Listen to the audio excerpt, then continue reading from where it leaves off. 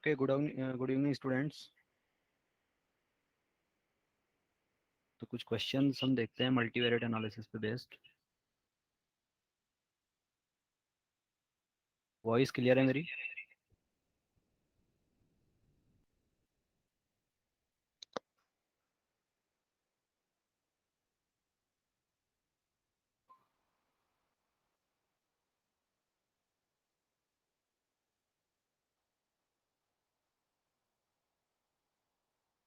Yes, sir. So first question आप देख रहे हैं स्क्रीन पे, इसका क्या आंसर होगा?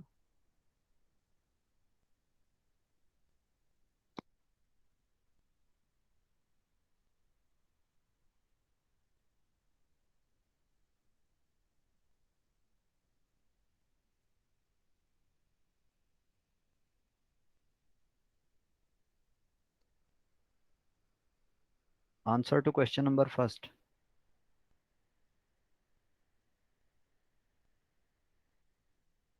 ऑप्शन है सर।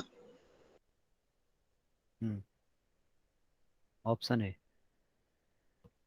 ठीक है। क्योंकि रिग्रेशन मॉडल में देखिए डिपेंडेंट वेरिएबल्स और इंडिपेंडेंट वेरिएबल्स हैं हमारे पास, ठीक। लेकिन मल्टीपल रिग्रेशन में आप देखते हैं, मल्टीपल रिग्रेशन में क्या होगा, इंडिपेंडेंट वेरिएबल्स तो बहुत सारे होंगे, लेकिन डिपेंडेंट वेरिएबल क्या होगा, सिर्फ एक डिपेंडेंट वेरिएबल होता है। तो वो केस हमारा मल्टीवेरिएट में इन्वॉल्व नहीं होगा। वहीं जब कैनोनिकल कोरिलेशन की बात हम कर रहे थे, तो कैनोनिकल कोरिलेशन में हमारे पास क्या था, ग्रुप ऑफ डिपेंडेंट वेरिएबल्स था और ग्रुप ऑफ इंडिपेंडेंट वेरिएबल्स था। तो इन दो ग्रुप्स के बीच में कोरिलेशन हम देख रहे थे, ठीक है। तो वहाँ पर मल्टीवेरिएट नॉर्मल डिस्ट्रीब्यूशन का हमने यूज़ किया था, सिग्मा मैट्रिक्स का यूज़ किया था कोरिलेशन कैलकुलेट करने के लिए। तो यहाँ पर ऑप्शन वन करेक्ट होगा, because it involves only one dependent variable. Okay, then question number two.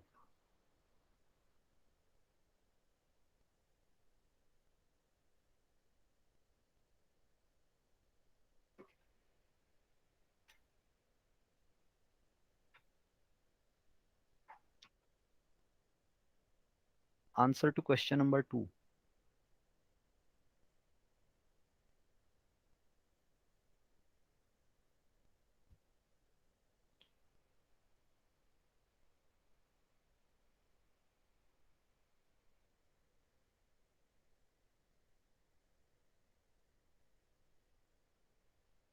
covariance between component of x vector is 0. This result implies,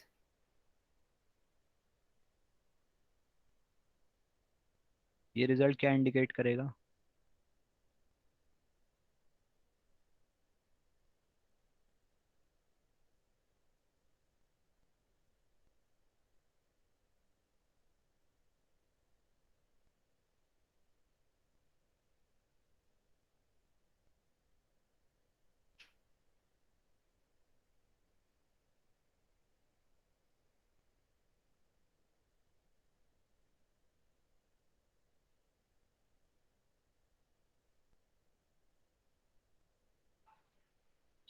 option A.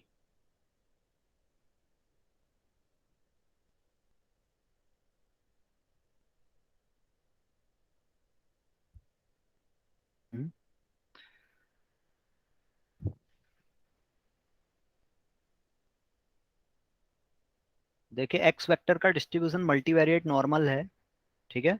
लेकिन यहाँ पर बात हो रही है डिस्पर्जन मैट्रिक्स की। डिस्पर्जन मैट्रिक्स सिग्मा होगी, ठीक है। तो सिग्मा यहाँ पर जनरली क्या है, आइडेंटिटी मैट्रिक्स है, ठीक है। या आइडेंटिटी मैट्रिक्स भी हम नहीं कह सकते हैं, ये हमारी एक क्या होगी, डायगोनल मैट्रिक्स होगी, जिसमें डायगोनल एलिमेंट्स वेरिएंस टर्म्स होंगे और कोवेरिएंस टर्म्स जीरो होंगी, ठीक है। तो इसको इस तरह से हम लिख सकते हैं,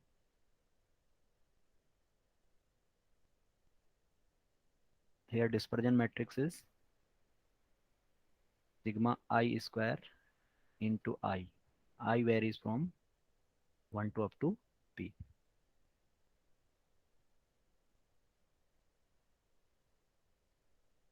तो ये तो इम्प्लाई करेगा यदि कंपोनेंट्स आर इंडिपेंडेंट, ठीक है। लेकिन जब आप कंडीशनल डिस्ट्रीब्यूशन निकालेंगे एक्स वेक्टर को जैसे आपने स्प्लिट किया दो पार्ट्स में, इफ एक्स वेक्टर आप इस तरह से लिख पा रहे हैं, ठीक है। तो जो कंडीशनल डिस्ट्रीब्यूशन होगा वो भी ऑब्वियस है भाई, ये इंडिपेंडेंट है तो ये डिस्ट्रीब्यूशन भी क्या होगा, मल्टीवेरिएट नॉर्मल डिस्ट्रीब्यूशन ही होगा, ठीक है। तो conditional distribution is multivariate normal distribution, ये कंडीशन भी ट्रू हो गई। Linear combination of components is normally distributed, को लीनियर कॉम्बिनेशन, कोई भी लीनियर कॉम्बिनेशन आप निकालोगे, ये लीनियर कॉम्बिनेशन भी क्या होगा, मल्टीवेरिएट नॉर्मल डिस्ट्रीब्यूशन को फॉलो करेगा, ठीक है।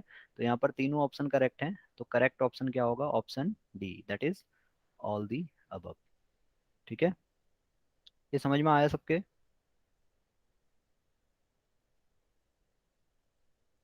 ये रिजल्ट फॉलो होगा ना, कंडीशनल डिस्ट्रीब्यूशन का ये कॉन्सेप्ट है, probability of A for given B is equal to probability of A if A and B are independent. अगर इवेंट ए और इवेंट बी इंडिपेंडेंट हैं तो probability of conditional distribution of A और given B is equal to probability of A, ठीक है। तो component independent है ये तो ठीक है, लेकिन साथ में जो कंडीशनल डिस्ट्रीब्यूशन होगा वो भी क्या होगा, ओबियस है, वो भी एक्स कंपोनेंट में होगा, तो उसका डिस्ट्रीब्यूशन भी मल्टीवेरिएट होगा, ठीक है। अब मल्टीपल चॉइस क्वेश्चन में एक ही क्वेश्चन, एक ही आंसर हमारा करेक्ट है, तो ये भी यहाँ से आप लॉजिक लगा सकते हो कि थर्ड ऑप्शन भी क्या होगा इस केस में फिर करेक्ट होगा, ठीक है। Then question number 3।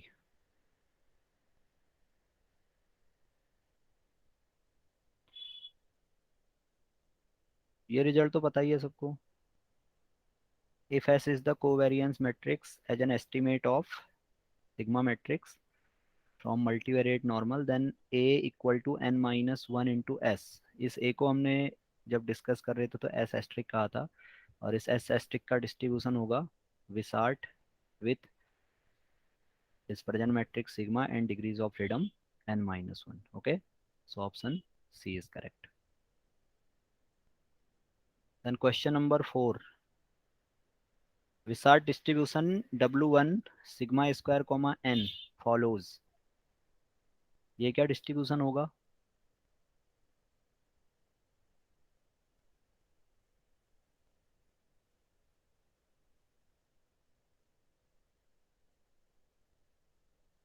Answer to question number 4,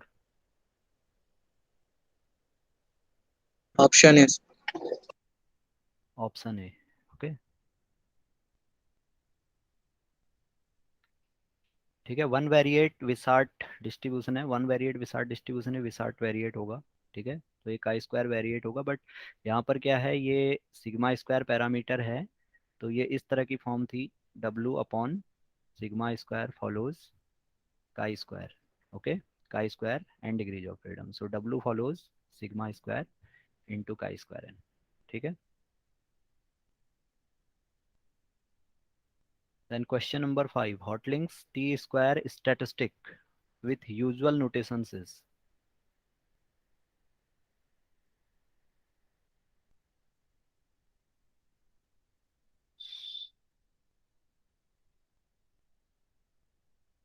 bold quantity यहाँ पे वेक्टर क्वांटिटी को रिप्रेजेंट कर रहा है, ठीक है। बोल्ड लेटर्स यहाँ पे वेक्टर क्वांटिटी को रिप्रेजेंट कर रहे हैं।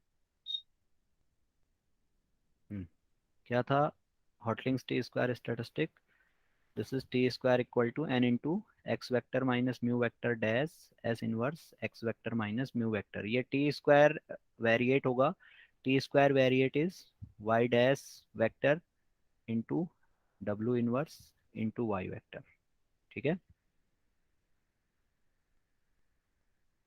Question 6,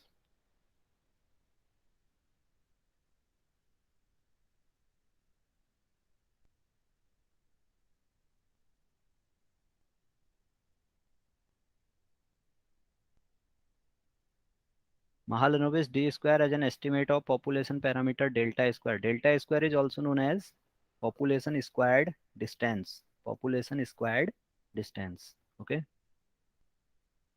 Mahalanobis d square as an estimate of population parameter delta square is a biased estimate. ठीक है, ये हमने देखा था, expected value of D square आप कैलकुलेट करेंगे तो delta square plus n one n two upon n one plus n two इस तरह की फॉर्म में आएगा। Question 7,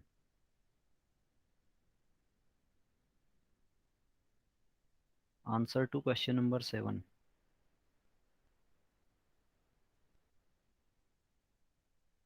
Wilks lambda distribution is the generalization of the univariate F distribution. Okay.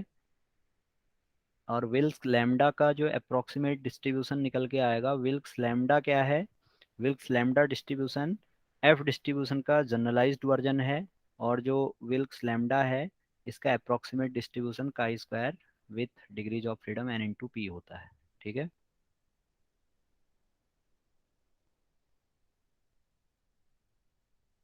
अच्छा, ये तो मैंने आंसर बता ही दिया। Question number 8, the distribution of Wilks lambda in case of two populations can be approximated to. यहाँ पे क्या होगा answer? Answer to question number 8।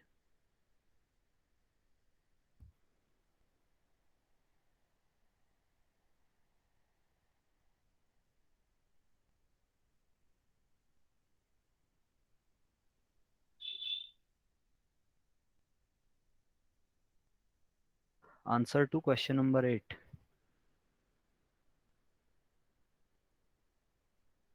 Hmm ये देखा था, Wilks lambda distribution is the generalization of the univariate F distribution. जो Wilks lambda distribution है, जिसमें determinant A upon determinant A plus B, this is our Wilks lambda.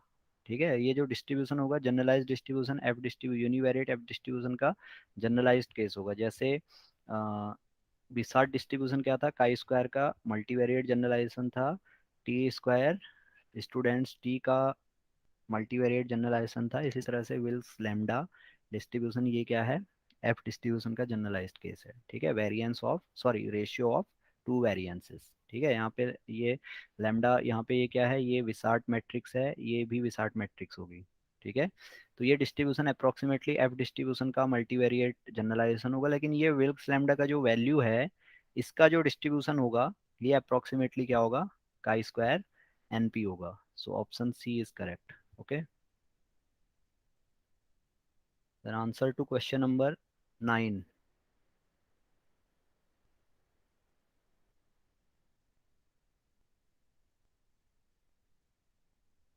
If all the p variables are independent, then the variance covariance matrix will be.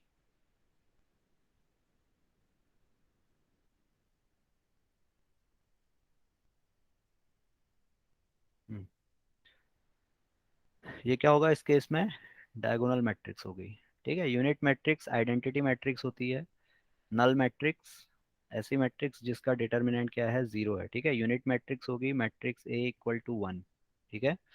और ये होगा diagonal matrix is determinant A is equal to trace of A. And null matrix determinant A equal to zero. ठीक है। अगर variance के terms में बात करें, तो यहाँ पर वेरिएंस को वेरिएंस मैट्रिक्स में इंडिपेंडेंट वेरिएबल्स हैं, तो कोवेरिएंस टर्म जीरो होगी, तो डायगोनल में सिर्फ वेरिएंस टर्म्स होंगे। ठीक है। वन नहीं होगा। वन कब होगा? जब हमें गिवन होगा कि एक्स के कंपोनेंट्स जो एक्स आई हैं, एक्स आई क्या है, एक्स के कंपोनेंट हैं, इनका डिस्ट्रीब्यूशन क्या है, नॉर्मल 0,1 है। ठीक है। ये सपोज पी कंपोनेंट है और हर कंपोनेंट का डिस्ट्रीब्यूशन स्टैंडर्ड नॉर्मल है। तो इस केस में जो वेरिएंस कोवेरिएंस मैट्रिक्स होगी या डिस्पर्जन मैट्रिक्स होगी, इस केस में आइडेंटिटी मैट्रिक्स होगी। P cross P identity matrix होगी। ठीक है। लेकिन यहाँ पे क्या कहा है, अभी सिर्फ वेरिएबल्स आर इंडिपेंडेंट, तो इस केस में ये मैट्रिक्स डायगोनल मैट्रिक्स होगी। डायगोनल में वेरिएंस टर्म्स होंगे। ठीक। Then question number 10।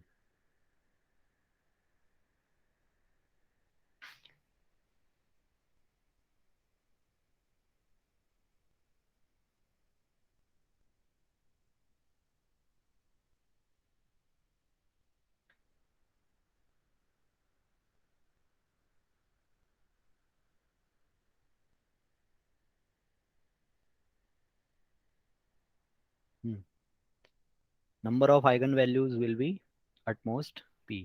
ठीक है। मैंने ये बताया था आपको, सिग्मा मैट्रिक्स है। सिग्मा मैट्रिक्स अगर पी क्रॉस पी की मैट्रिक्स है, ठीक है, तो इसके जब आप आइगन वैल्यूज कैलकुलेट करोगे by solving the determinant sigma into lambda I, तो ये लैम्डा की वैल्यूज आपको मिलेंगी। तो लैम्डा की वैल्यूज कितनी होंगी टोटल? पी वैल्यूज होंगी। ठीक है। पी आइगन वैल्यूज आपको मिलेंगी। तो इनके करस्पॉन्डिंग हाईएस्ट आइगन वैल्यू के लिए फर्स्ट प्रिंसिपल कंपोनेंट होगा, सेकेंड हाईएस्ट के लिए सेकेंड प्रिंसिपल कंपोनेंट होगा। देन आप इनका वेरिएंस कैलकुलेट करोगे तो उसके बेसिस पे आप बता सकते हो कि कौन सा कंपोनेंट कितना वेरिएंस एक्सप्लेन करता है। Then question number 11, eigen values given है सिग्मा मैट्रिक्स की। First principal component the percentage of variation explained by first principal component will be, कितना होगा?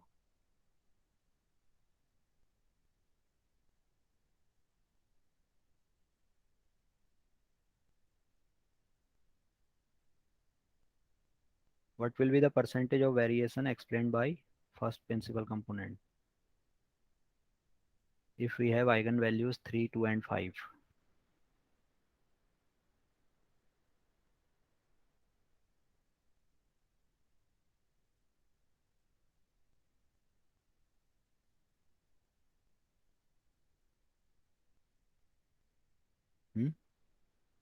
आइगन वैल्यूज गिवन है, देखो डिटर्मिनेंट सिग्मा माइनस लैम्डा आई, ये आपने सॉल्व किया होगा। ठीक है, पी वेरिएबल यहाँ पे 3 वेरिएबल्स हैं। ठीक, तो सिग्मा मैट्रिक्स क्या रही होगी, 3 क्रॉस 3 की मैट्रिक्स होगी। 3 वेरिएबल्स हैं तो 3 आइगन वैल्यूज, आपने इसे सॉल्व किया, इस इक्वेशन को सॉल्व किया तो यहाँ से लैम्डा की वैल्यूज मिली 3, 2 एंड 5। तो ये स्टेप्स मैंने बताए थे आपको, steps of finding principal components. तो फर्स्ट स्टेप में तो हम इसी को सॉल्व करेंगे, आइगन वैल्यूज निकालेंगे। देन सेकेंड स्टेप में इन आइगन वैल्यूज को असेंडिंग ऑर्डर में अरेंज करेंगे, सॉरी डिसेंडिंग ऑर्डर में अरेंज करेंगे। तो डिसेंडिंग ऑर्डर में अरेंज किया तो ये 5, 3 एंड 2, तो ये फर्स्ट आइगन वैल्यू के करस्पॉन्डिंग फर्स्ट प्रिंसिपल कंपोनेंट होगा, सेकंड के करस्पॉन्डिंग सेकंड होगा, थर्ड के करस्पॉन्डिंग थर्ड होगा। ठीक है, तो फर्स्ट प्रिंसिपल कंपोनेंट हमारा 5 के करस्पॉन्डिंग है, तो ये ओबियस है भाई, expected value of y1 this is equal to 0 and variance of y1 will be equal to lambda 1 that is equal to 5। ठीक है, और ये टोटल वेरिएंस भी मैंने बताया था, total variance is equivalent to trace of sigma matrix और sum of eigen values. ठीक है, तो सिग्मा मैट्रिक्स तो नहीं गिवन है, आइगन वैल्यूज गिवन है, तो भी हम क्या कर सकते हैं, टोटल वेरिएंस निकाल सकते हैं। Total variance is sum of eigen values, तो टोटल वेरिएंस यहाँ पर 10 है। ठीक है, और y1 का वेरिएंस, ये variance of y1 is equal to lambda 1, variance ये रिलेशन होता है, variance of ith principal component is equal to ith eigen value. ठीक है, तो variance of y1 is equal to 5 and total variance is equal to sum of eigen values that is 10। तो percentage of variation explained by first principal component y1 will be equal to 5/10 into 100 that is equal to 50%। So option B is correct. ठीक है, इसी तरह से यहाँ पर second principal component का percentage of variation पूछा जाएगा, तो सेकंड प्रिंसिपल कंपोनेंट का परसेंटेज ऑफ वेरिएशन हो जाएगा variation due to second principal component that is equal to 3 divided by total variance multiplied by 100 this is equal to 30%। ठीक है,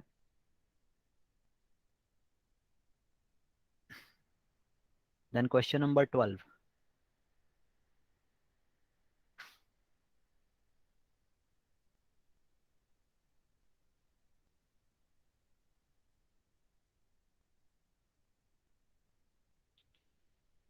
answer to question number 12।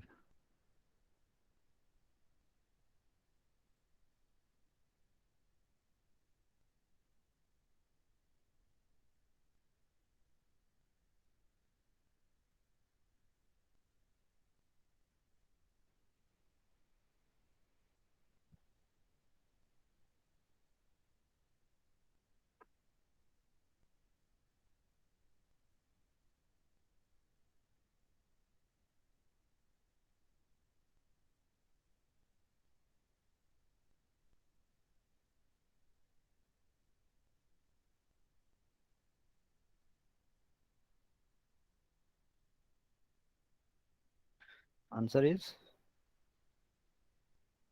Option B.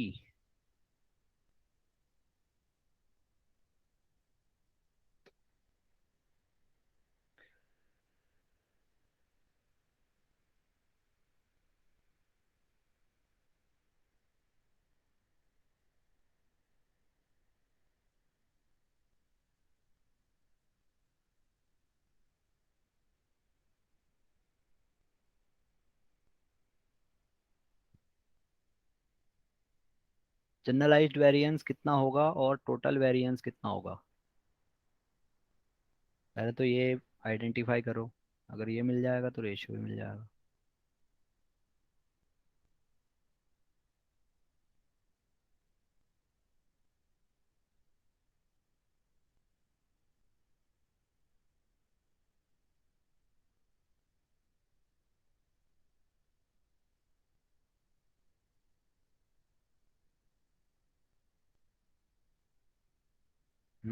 Option D.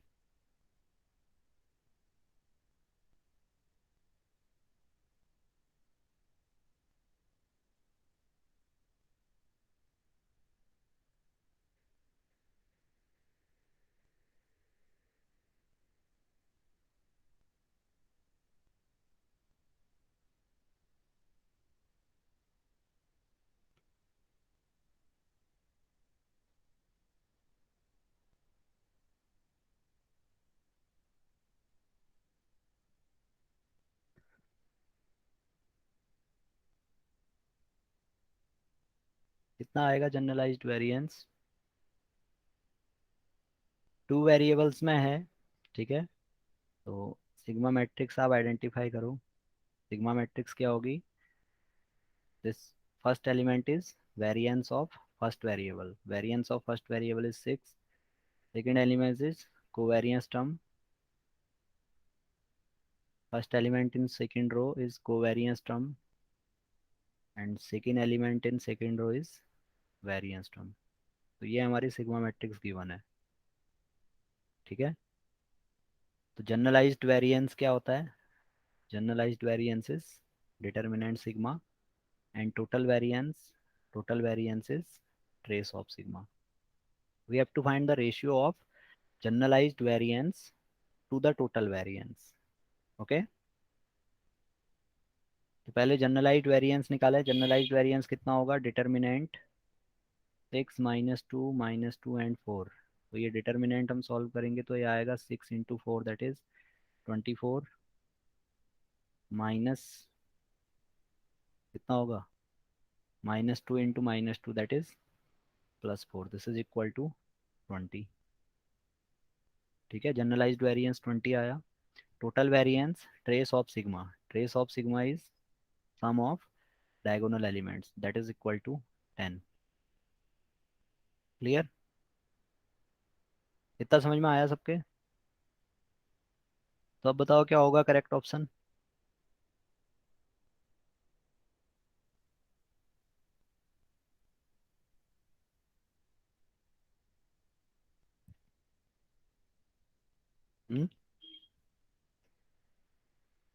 The ratio of generalized variance to the total variance.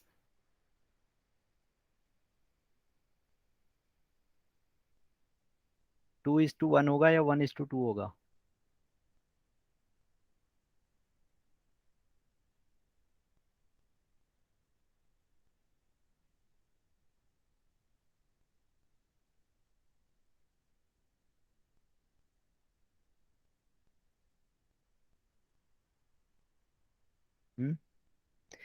Ratio is 2:1। Okay. So option B is correct.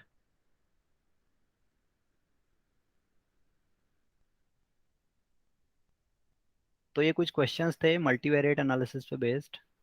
इसी तरह के question आते हैं exam में, 2 या 3 question आएंगे मल्टीवेरिएट से। ठीक है। और कुछ क्वेश्चंस आपके मैंने इंक्लूड नहीं किए हैं। जो इंडिपेंडेंस था, इंडिपेंडेंस ऑफ रैंडम वेक्टर, उससे ही पूछे जा सकते हैं। ठीक है। उसमें डिस्पर्जन मैट्रिक्स हमें गिवन होगी और कुछ वेक्टर्स हमें डिफाइंड होंगे। तो उसके बेसिस पे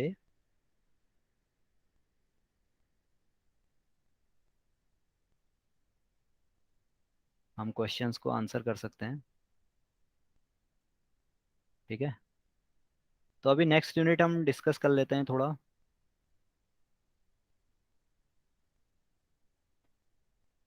नेक्स्ट यूनिट होगी हमारी डिजाइन ऑफ एक्सपेरिमेंट। तो इसमें पहले लीनियर मॉडल्स क्या होते हैं ये डिस्कस करते हैं और लीनियर एस्टिमेशन क्या होता है। ठीक है। तो लीनियर मॉडल्स में सबसे पहली टर्म तो लीनियर है, ठीक है। लीनियर फंक्शन से क्या समझते हैं आप लोग? कोई बताएगा मुझे, लीनियर फंक्शन क्या होता है? हम्म। फंक्शन जनरली इस तरह से हम लिखते हैं ना, y equal to f x. Y is function of x. तो एफ एक्स की डिफरेंट फॉर्म्स होती हैं, तो इसमें से एक फॉर्म इसकी क्या है, लीनियर फॉर्म है। तो लीनियर फंक्शन क्या होता है, यहाँ पे अगर एफ एक्स की लीनियर फॉर्म है, अब लीनियर फॉर्म जनरली इस तरह की होगी, ए प्लस बी एक्स, ठीक है। तो हम कहेंगे भाई ये लीनियर फंक्शन है। तो कैसे डिफाइन करोगे कोई भी फंक्शन लीनियर फंक्शन है या नहीं है? हम्म।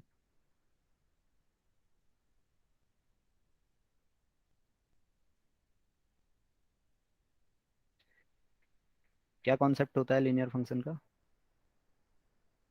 Dependent variable is linearly dependent on independent variable. हाँ, तो लीनियरली हम कह रहे हैं ना, आप किस बेसिस पे कह रहे हो लीनियरली डिपेंड करता है? If we plot the graph of independent variable versus dependent variable, we will get straight line. Okay, straight line किसे कहोगे? स्ट्रेट लाइन की फॉर्म अगर मैं आपसे पूछूं, तो आप कहेंगे भाई स्ट्रेट लाइन की फॉर्म ये है, ए प्लस बी एक्स की फॉर्म है। ये ऐसी भी तो हो सकती थी, ए प्लस बी एक्स स्क्वायर। क्या ये लीनियर फॉर्म नहीं होगी? अगर ये लीनियर फॉर्म नहीं होगी तो क्यों नहीं होगी? कैसे आप कहोगे लीनियर फॉर्म है? Linear in parameter. Okay, linear in parameter means the power in both sides will be equal to 1. The power of variables in both sides will be equal to 1. जैसे यहाँ पे लिखोगे y equal to a plus b x square, तो यहाँ पे y की power 1 है लेकिन x की पावर 2 है, तो वेरिएबल्स की पावर डिफर हो रही है, तो ये लीनियर फॉर्म नहीं है। लीनियर फॉर्म कब होगी? जब दोनों पावर क्या होंगी, दोनों साइड वेरिएबल्स की पावर 1 होगी, ठीक है। तो ये इस तरह के फंक्शंस ये हमारे लीनियर फंक्शंस कहलाते हैं। क्लियर? तो यहीं से लीनियर मॉडल्स का कॉन्सेप्ट निकल के आया है। अब लीनियर मॉडल्स की ज़रूरत क्यों पड़ती है? लीनियर मॉडल्स की ज़रूरत अभी आगे आगे हमें पड़ेगी, जैसे एनालिसिस ऑफ वेरिएंस हमें डिस्कस करना है, या डिजाइन ऑफ एक्सपेरिमेंट डिस्कस करना है, ठीक है। तो लीनियर मॉडल्स में बेसिकली ये वेरिएंस एस्टिमेशन के लिए यूज किया जाता है। Linear models are used to estimate the variability. Okay, तो कैसे वेरिएंस एक्सप्लेन करते हैं लीनियर मॉडल्स, ये हम यहाँ पे डिस्कस करने वाले हैं, ठीक है। तो अब हम फंक्शन डेवलप कर रहे हैं, ठीक। फंक्शन डेवलप कर रहे हैं तो यहाँ पर क्या होगा भाई, कुछ डिपेंडेंट वेरिएबल होंगे और कुछ पैरामेट्रिक फॉर्म होगी हमारे पास। पैरामीटर्स के टर्म्स में हम करेंगे। पैरामीटर्स क्या है? पैरामीटर्स ऐसे कांस्टेंट है जो हमारे लिए अननोन है, जिसे हमने सैंपल ऑब्जर्वेशंस के बेसिस पे एस्टिमेट करना है। We have to estimate these parameters on the basis of sample observations. Okay, ये हम शुरू से देखते आए हैं, चाहे हमने इन्फेरेंस में बात करी या आगे टेस्टिंग में बात करी, ठीक है। तो अब जब हम लीनियर मॉडल्स, अभी तो लीनियर मॉडल हमने बताया नहीं क्या है, ठीक है। लीनियर मॉडल्स की एप्लीकेशंस में बता रहा हूँ, यूजेस बता रहा हूँ, ठीक। अब सपोज इसे इस एग्जांपल से समझिए। जैसे कोई क्रॉप यील्ड की ही बात है, ठीक है। तो क्रॉप यील्ड में क्या होता है, वेरिएशन होता है ना, ठीक। अब वो जो टोटल वेरिएशन की बात होगी, जैसे हमने कहा भाई हमारे क्रॉप यील्ड में क्या है, वेरिएशन है, तो हम कह रहे हैं भाई टोटल वेरिएशन क्या हो सकता है, मेनली दो कंपोनेंट की वजह से हो सकता है, ठीक है। एक कंपोनेंट हमने कह दिया variation,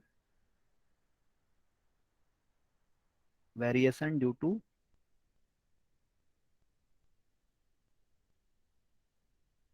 assignable factors, and second component कहा variation due to non assignable factors, ठीक है। अब असाइनेबल फैक्टर्स क्या हैं और नॉन असाइनेबल फैक्टर्स क्या हैं? असाइनेबल फैक्टर्स ऐसे फैक्टर्स जिन्हें आप क्या कर सकते हैं, चेंज कर सकते हैं, रिमूव कर सकते हैं, ठीक है, या एडिट कर सकते हैं, ठीक।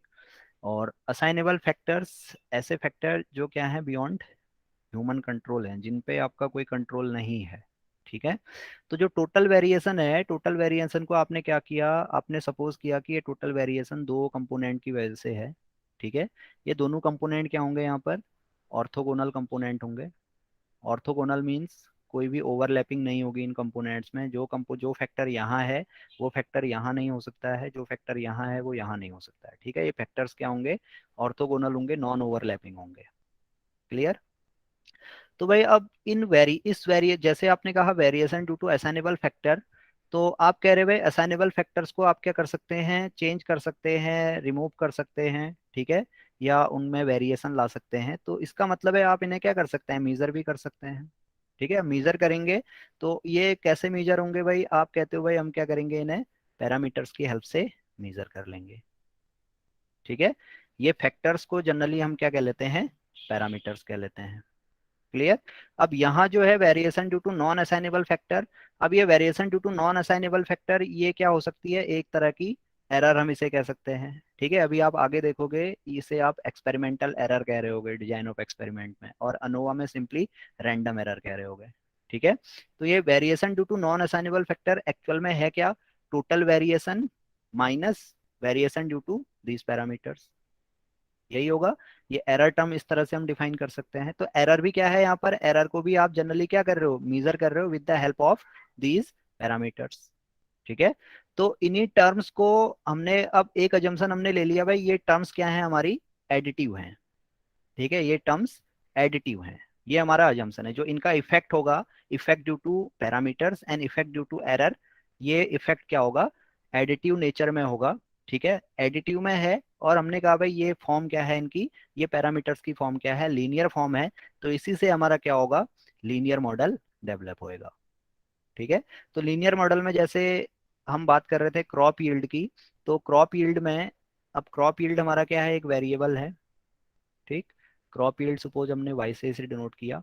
अब आप देख रहे हैं भाई वाई क्या है, वाई असाइनेबल फैक्टर से भी अफेक्ट हो रहा है, और नॉन असाइनेबल फैक्टर से भी अफेक्ट हो रहा है।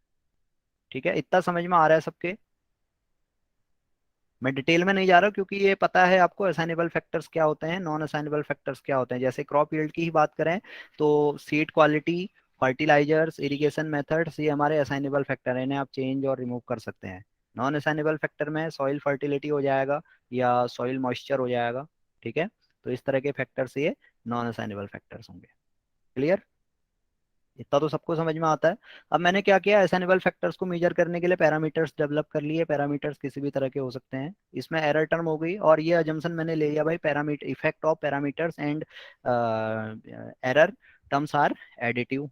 तो यहाँ पे हम कह सकते हैं भाई y is equal to parameters plus error. ठीक है। तो ये एक मॉडल हमने डेवलप कर लिया। ठीक। अब ये मॉडल में हम क्या करें, दोनों साइड वेरिएबल्स की पावर वन ले लें। So this model will be our linear model. ठीक है। लीनियर मॉडल क्या होता है ये समझ में आया सबके। अब लीनियर मॉडल में बेसिकली हम क्या करेंगे, इस y को एस्टिमेट करने जाएंगे ना, क्रॉप यील्ड को एस्टिमेट करने जाएंगे with the help of parameters and error. अब y को एस्टिमेट करना है तो पहले हमें क्या करना होगा, पैरामीटर्स को एस्टिमेट करना होगा और एरर टर्म को एस्टिमेट करना होगा। अगर हम इतना कर लेते हैं तो यहाँ से हम क्या कर सकते हैं, वेरिएशन एक्सप्लेन कर सकते हैं। जो टोटल वेरिएशन है इसे एक्सप्लेन किया जा सकता है। ठीक है। Total variation can be explained with the help of variation due to assignable factors and variation due to non assignable factor. अब लेकिन वेरिएशन एक्सप्लेन करना है तो पहले हमें क्या लेना होगा, पैरामीटर्स और एरर के एस्टिमेट्स आइडेंटिफाई करने होंगे। ठीक है। तो ये क्या कैसे हम करते हैं, क्या वर्क होता है इसमें। ठीक है। लीनियर मॉडल क्या होता है ये थोड़ा सा डिस्कस कर लेते हैं, देन आगे बढ़ेंगे। तो लीनियर मॉडल में इसे हम वेक्टर फॉर्म में लिखें। अब ये लीनियर मॉडल सबको बताया, रिग्रेशन मॉडल क्या है, सिंपल लीनियर मॉडल है जहाँ पर एक कंपोनेंट है आपका, जैसे अभी हमने लिखा था y equal to a plus b x. ठीक है। यहाँ पर a और b पैरामीटर्स हैं, y और x वेरिएबल्स हैं। क्लियर। तो अगर लीनियर मॉडल की डेफिनेशन हम देखें, क्या डेफिनेशन होती है, कैसे हम डिफाइन करें, और क्या अजम्पशंस होते हैं, क्या नोटेशन होता है, ये डिस्कस करते हैं।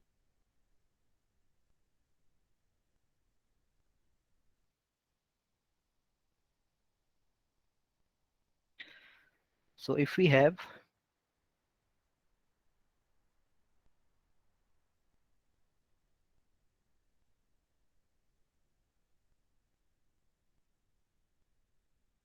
independent variables, then y vector is equal to a beta vector plus e vector, where e vector follows normal with mean zero vector and dispersion matrix sigma square I.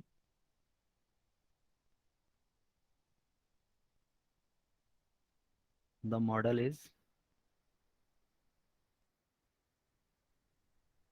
linear model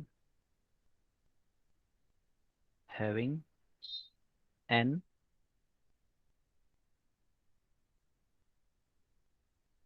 components and p parameters. ठीक है, कोई भी model इस तरह की form में, ये vector form में मैंने लिखा हुआ है। ठीक है, तो y vector is equal to matrix A into beta vector plus E vector, where e vector follows normal with mean zero, zero vector and dispersion matrix sigma square I, where e vector is our error vector. ठीक है, जो अभी हमने बताया था error vector कहाँ से आएगा, वो नॉन असाइनेबल फैक्टर से निकल के आएगा। तो हम अज्यूम कर रहे हैं, या हमारा अजम्पशन है कि जो एरर वेक्टर है इसका डिस्ट्रीब्यूशन क्या होगा, नॉर्मल होगा with mean zero and variance sigma square I. अब वेरिएंस सिग्मा स्क्वायर आई है, तो जो मैट्रिक्स होगी यहाँ पे, जैसे हम बात करें डिस्पर्जन ऑफ ई वेक्टर की, तो ये इस तरह की मैट्रिक्स होगी, sigma square 0 0 0 up to 0, sigma square 0 0 to sigma square, यानी डायगोनल टर्म्स में क्या होगा, सिग्मा स्क्वायर होगा, बाकी ऑफ डायगोनल टर्म्स हमारी जीरो होंगी। दैट मीन्स एरर वेक्टर्स में एरर कंपोनेंट हमारे पास हैं, तो एरर कंपोनेंट के बीच में कोवेरिएंस क्या होगा, जीरो होगा। क्लियर, अगर कोवेरिएंस जीरो है तो हम कहेंगे एरर वेक्टर्स हमारे क्या हैं, इंडिपेंडेंट हैं। ठीक है, तो हम यहाँ पे लिख सकते हैं error vector follows I I D normal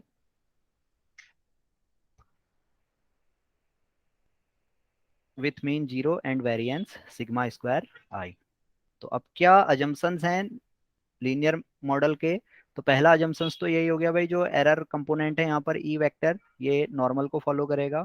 ठीक है, इसके बेसिस पे बाकी एजम्पशन निकल के आएंगे, इसके बेसिस बेसिस पे आप बाकी एजम्पशंस कैलकुलेट करोगे, निकालोगे, तो ये पहला अजम्पशन तो यही आएगा, expected value of Y vector is equal to A beta vector, where A is some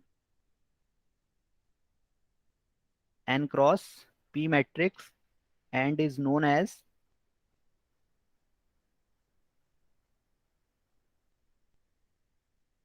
coefficient matrix. Okay, and beta vector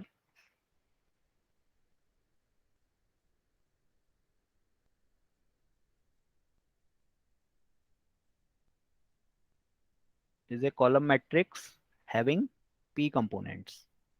Okay, so we have p parameters, beta 1 beta 2 up to beta p,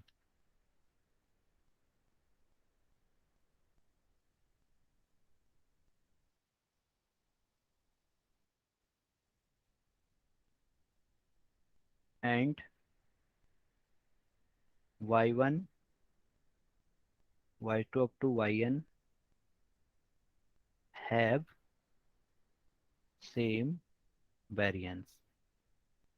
This condition is known as homoscedasticity of variances.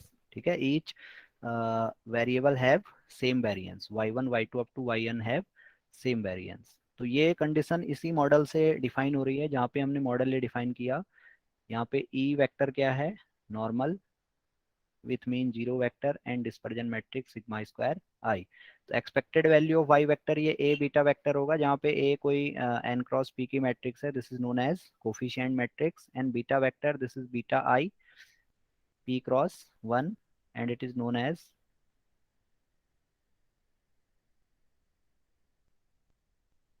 parameter vector and y1 y2 yn, that means the component of y vector have same variance.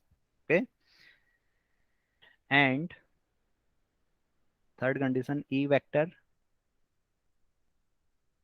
is called error vector.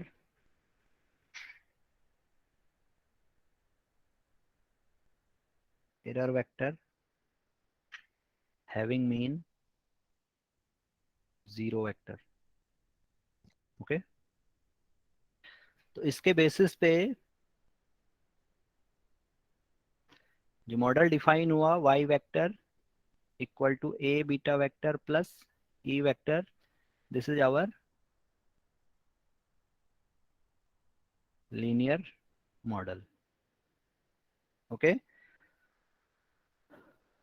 तो अब ये clear हो गया भाई, ये quantity क्या है. This quantity is effect due to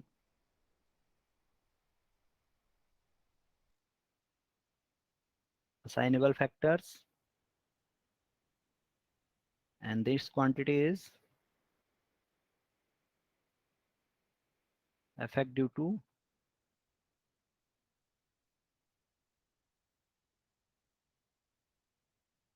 non assignable factors or random factors. Okay, and here y is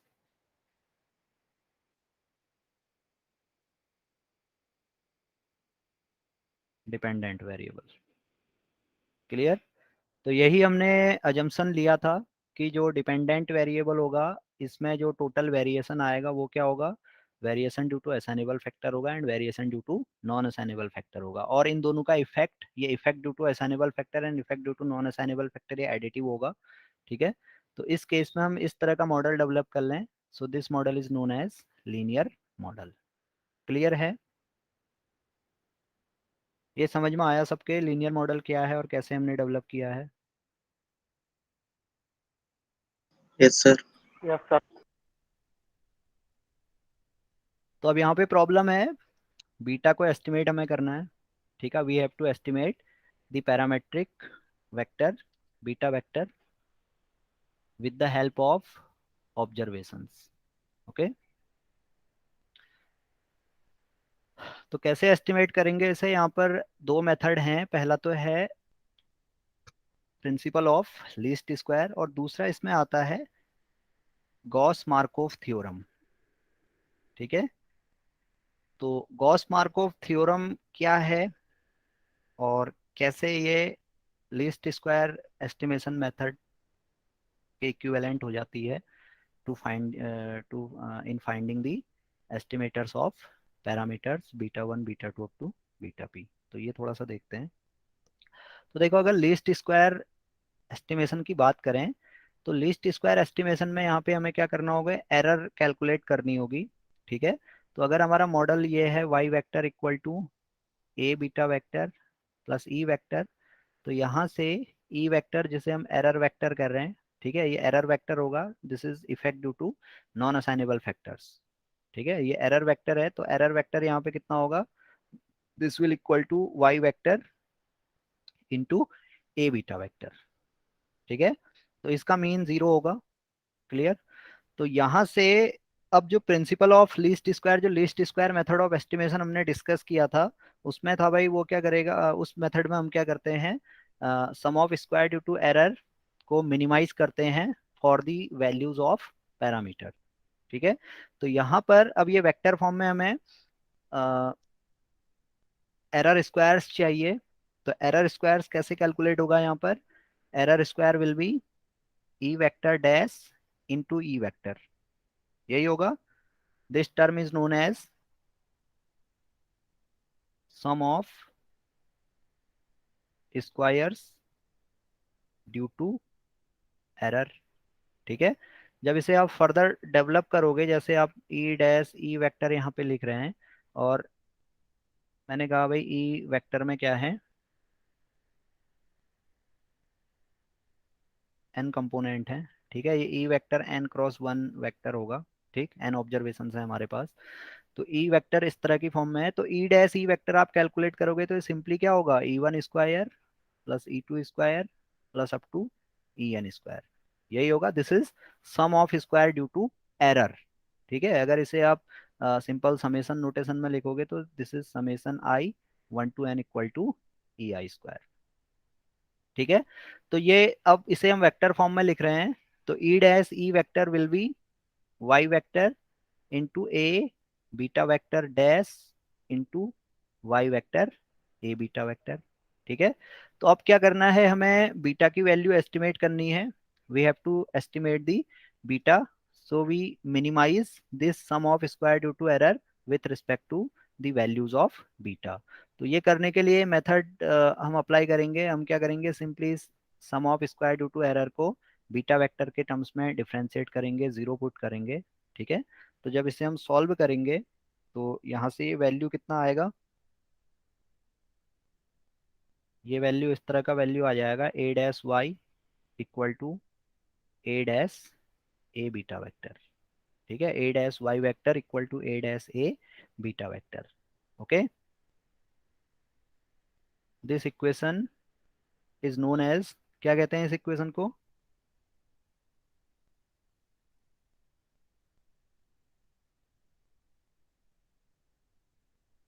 ये इक्वेशन क्या कहलाता है, A-y vector = A-A beta vector.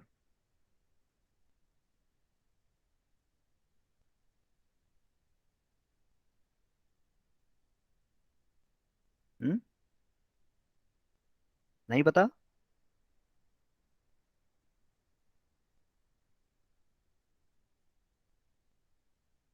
Linear model पढ़ा है आप लोगों ने, पहले नहीं पढ़ा है? मास्टर्स लेवल पे लीनियर मॉडल पढ़ा है आप लोगों ने?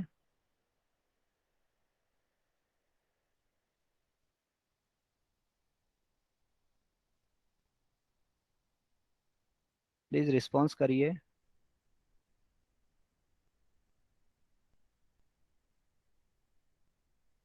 लीनियर मॉडल की नॉलेज है आप लोगों को, नहीं है?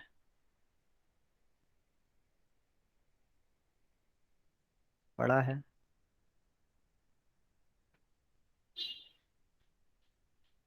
तो ये कैसे डेवलप हुआ, ये समझ में आया आप लोगों के? इसका डेरिवेशन आप देख लेना, मैं आपको वीडियो शेयर कर दूंगा उसका। ठीक है, कैसे ये ड्राइव होता है, A-y vector = A-A beta vector. This equation is known as normal equations. Okay, ये नॉर्मल इक्वेशन कहलाती है। तो ये अभी हमने क्या किया है, लीस्ट स्क्वायर एस्टिमेटर एस्टिमेशन से आइडेंटिफाई किया है। ठीक है, और यही नॉर्मल इक्वेशन क्या होती है, गॉस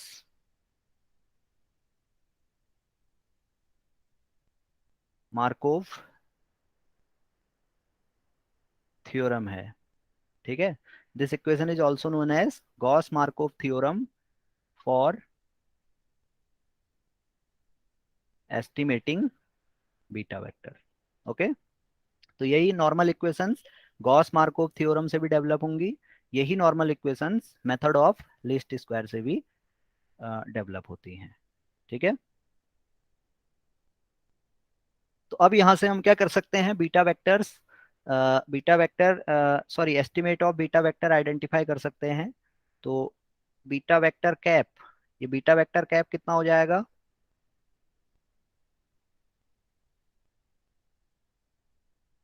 बीटा वेक्टर कैप कितना होगा यहाँ पर? A', A', A', Y। Hmm, simply देखो कैसे आइडेंटिफाई करेंगे। ये इक्वेशन है हमारे पास, नॉर्मल इक्वेशन है, A-y vector = A-A beta vector. ठीक है, तो हमें राइट हैंड साइड में बीटा वेक्टर चाहिए, तो राइट हैंड साइड में बीटा वेक्टर चाहिए, और ये मैट्रिक्स है यहाँ पे हमारे पास A', तो हम क्या करें, A' इनवर्स से दोनों साइड ऑपरेट कर दें।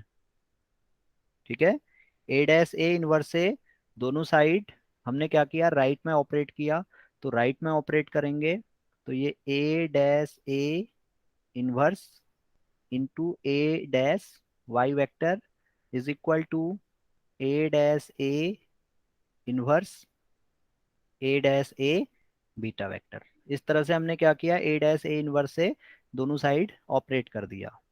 ठीक है, ऑपरेट किया तो देखो A dash A inverse into A dash A, ये मैट्रिक्स हमारी आइडेंटिटी मैट्रिक्स हो जाएगी। ये रिजल्ट होता है A inverse into A is equal to I. Okay, so यहाँ से बीटा वेक्टर कैप जो मिलेगा, बीटा वेक्टर मिलेगा बेसिकली, ये ये मैट्रिक्स हो गई, तो beta vector is equal to A dash A inverse into A dash Y vector. ठीक है, तो ये हो जाएंगे हमारे एस्टिमेटर्स ऑफ पैरामीटर्स। ये बीटा वेक्टर इस तरह से हम कैलकुलेट कर सकते हैं। क्लियर? तो एस्टिमेटर्स आपको निकालने हैं बीटा पैरामीटर के, तो वो एस्टिमेटर क्या होंगे, वाई के कंपोनेंट्स में होंगे। जैसे एक एग्जांपल से अगर इसे समझें, तो सपोज हमें लीनियर मॉडल गिवन है, 3 ऑब्जर्वेशन पे बेस्ड लीनियर मॉडल है। ठीक है, with 2 parameters, suppose y1 equal to beta 1 plus beta 2 plus E1, y2 equal to beta 1 minus beta 2 plus E2, and y3 equal to 2 beta 1 plus beta 2 plus ई3। ठीक है, ये एक linear form हमें given है, तो यहाँ पर हमें क्या करना है, बीटा 1 और बीटा 2 को एस्टिमेट करना है। ठीक है, तो जब इसे हम लीनियर मॉडल की फॉर्म में लिखेंगे, तो ये Y vector equal to A beta vector plus E vector, इस फॉर्म में लिख सकते हैं। क्यों? Where Y vector is y1 y2 y3, ये 3x1 वेक्टर होगा। और ए मैट्रिक्स क्या हो जाएगा यहाँ पर, ए मैट्रिक्स इज 1 1 1 माइनस 1 एंड 2 1, ये मैट्रिक्स होगा 3x2 का मैट्रिक्स। ठीक है, और बीटा वेक्टर हो जाएगा बीटा 1 बीटा 2। तो इस फॉर्म में हम लिख सकते हैं इसे Y vector equal to A beta vector plus E vector, लिख सकते हैं।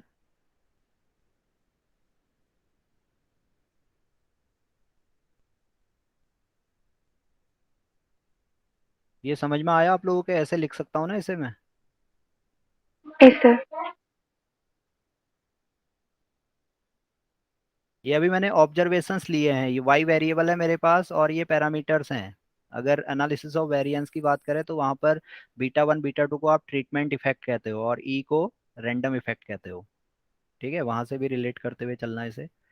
ठीक, तो अब मैंने क्या किया, 3 ऑब्जर्वेशन लिए हैं वाई वेरिएबल में, तो ये 3 तरह, इस तरह से हम इसे नोट कर सकते हैं। तो ये कोफिशिएंट मैट्रिक्स ए मैट्रिक्स इस तरह से हमने नोट कर ली। ठीक है, तो अब मुझे बीटा कैप चाहिए, बीटा कैप मीन्स बीटा 1 और बीटा 2 का एस्टिमेटर चाहिए। तो मैं डायरेक्ट यहाँ पर क्या कर सकता हूँ, बीटा 1 बीटा 2 का एस्टिमेटर एक साथ कैलकुलेट कर सकता हूँ। तो कैसे कैलकुलेट होगा, सिंपली सबसे पहले क्या करूंगा, ए डैश ए आइडेंटिफाई करूंगा।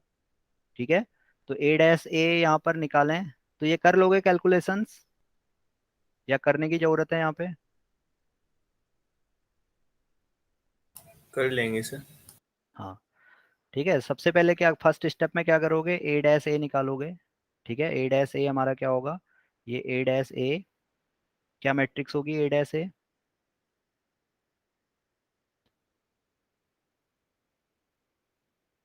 ए मैट्रिक्स क्या होगी, 2x2 क्रॉस की टू। मैट्रिक्स होगी।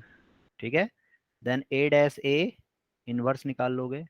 ठीक है, then A dash A inverse into A dash निकालोगे, ये भी 2x2 की मैट्रिक्स आएगी। ठीक है, ये 2x2 की मैट्रिक्स आएगी नहीं, कितने की आएगी, two two cross cross three. Three की मैट्रिक्स आएगी। ठीक है, देन आप इसको वाई वेक्टर के साथ ऑपरेट करेंगे, तो ये मैट्रिक्स हमारी वाई वेक्टर के फॉर्म में आ जाएगी, लीनियर कॉम्बिनेशन आ जाएंगे वाई 1 वाई 2 और y3 के। और वही लीनियर कॉम्बिनेशन क्या होंगे, बीटा 1 और बीटा 2 के एस्टिमेट्स होंगे। ठीक है, तो अब जो बीटा कैप हमने कैलकुलेट किया है, तो इनकी कुछ प्रॉपर्टीज होती हैं।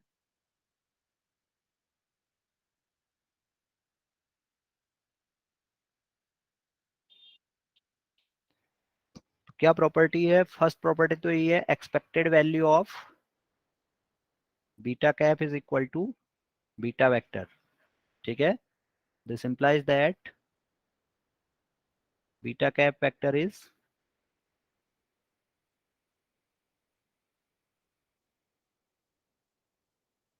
Unbiased estimator for beta vector, ठीक है।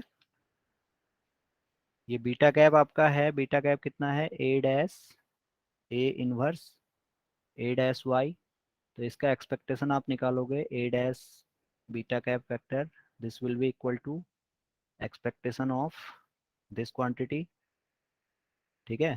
तो यहाँ पर ये A dash A inverse A dash, ये तो कोफिशिएंट मैट्रिक्स है, एक्सपेक्टेशन से बाहर ले लेंगे, अंदर रहेगा expected value of Y vector. Expected value of Y vector is equal to A into beta vector, ठीक है। ये हमने ऊपर देखा था अजम्पशन में, expected value of Y vector is equal to A into beta vector. तो ये A dash A into A dash A inverse, this is equal to identity matrix, so this will be equal to beta vector, ठीक है। Expected value of beta vector is equal to beta vector, that means beta vector cap, that is least square estimates of parameters is unbiased estimator, okay. Ordinary least square भी कहते हैं इसे, ordinary least square estimators are unbiased estimators. तो ये result भी यहाँ से निकल जाता है, ठीक है। अब सेकंड होगा इनका वेरिएंस क्या होगा, ठीक है। तो वेक्टर फॉर्म है, तो वेक्टर फॉर्म में यहाँ पर हम डिस्पर्जन कैलकुलेट करेंगे, dispersion of beta cap vector, ठीक है। तो ये डिस्पर्जन आप कैलकुलेट करोगे तो ये कितना आता है? डिस्पर्जन ऑफ बीटा वेक्टर ये कितना होगा, कोई बता सकता है?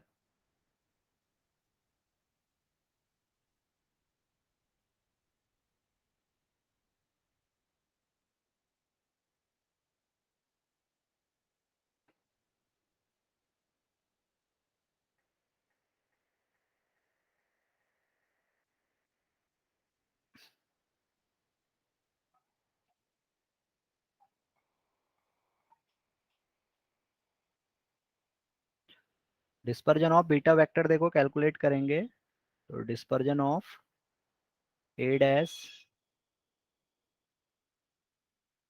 A inverse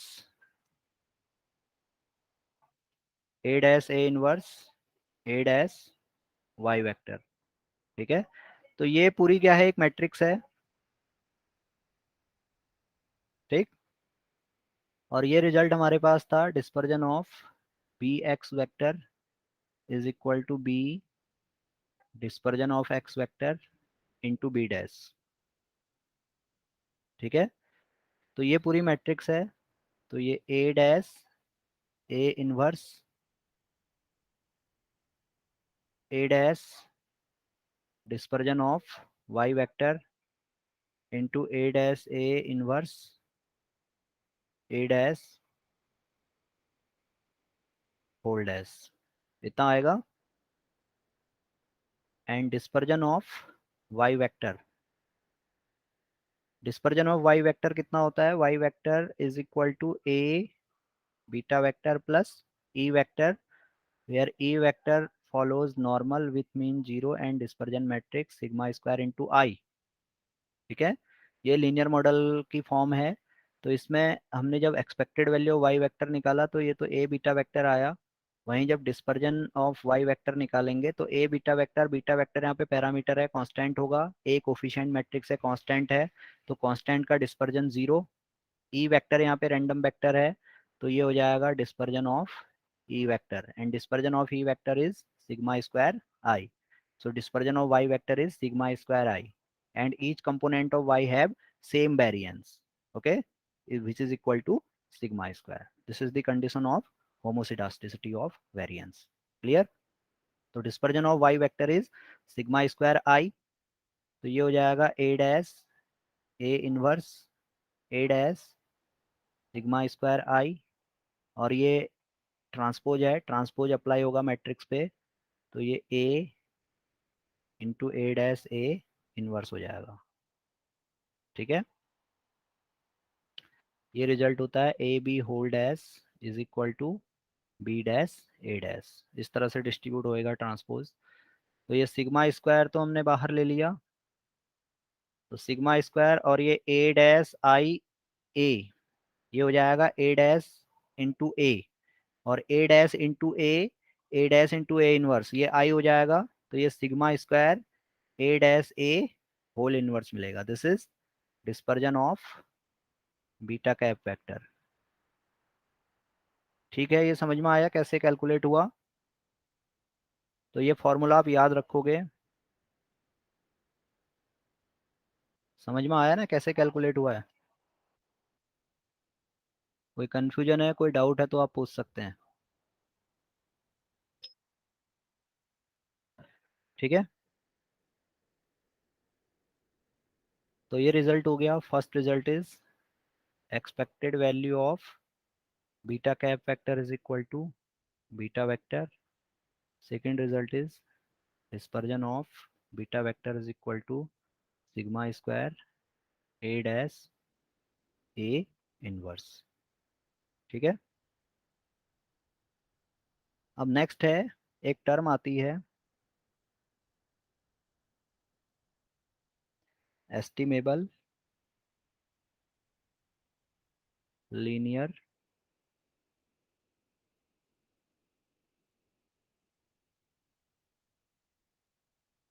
parametric function. तो ये एस्टिमेबल लीनियर पैरामेट्रिक फंक्शन क्या होता है? कब आप किसी पैरामेट्रिक फंक्शन को एस्टिमेबल मानोगे? ठीक है, तो अभी जैसा मैंने आपको पीछे बताया था, जब आप बीटा वेक्टर कैलकुलेट कर रहे हैं, बीटा वेक्टर के एस्टिमेट्स फाइंड कर रहे हैं, तो ये A dash A whole inverse A dash Y में आ रहा है, जहाँ पे ये क्वांटिटी तो कोफिशिएंट्स हैं, कोफिशिएंट वैल्यू है, और ये वाई वेक्टर यहाँ पर क्या होगा? ऑब्जर्वेशन मैट्रिक्स होगी। ठीक है, ऑब्जर्वेशन वेक्टर होगा। तो जो बीटा के, जैसे अगर आप बीटा वन कैलकुलेट करेंगे, बीटा वन कैप कैलकुलेट करेंगे, जो पीछे एग्जाम्पल दिया था, तो हो सकता है वो इस तरह की फॉर्म आ जाए, y1 plus y2 plus y3 divided by 3। ठीक है, तो हम देख रहे हैं भाई जो बीटा वन कैप है, this is in the form of, beta one cap is in the form of linear combination of observation values. Okay, observation variable. इसी तरह से बीटा टू आप निकालोगे, तो बीटा टू सपोज इस तरह की फॉर्म में आ सकता है, y minus Y two plus Y three. ठीक है, तो ये भी क्या है? लीनियर फॉर्म है। क्लियर? तो कोई भी लीनियर पैरामेट्रिक फंक्शन, अभी ये तो क्या था? बीटा वन और बीटा टू के इंडिविजुअल एस्टिमेट थे, तो ये तो हमने सीधे सीधे इस तरह से आइडेंटिफाई कर लिए। ठीक है, अब सपोज हमें क्या करना है? Beta one minus two beta two के एस्टिमेटर निकालने हैं, that is beta one minus two beta two whole cap हमें आइडेंटिफाई करना है। तो ये फंक्शन, ये पैरामेट्रिक, ये क्या है? लीनियर पैरामेट्रिक फंक्शन है। This is our linear parametric function. Okay, तो ये लीनियर पैरामेट्रिक फंक्शन कब एस्टिमेबल होगा? इसकी क्या कंडीशन है? तो ये मैं नोट कर रहा हूं। तो इसमें हम लिख सकते हैं a linear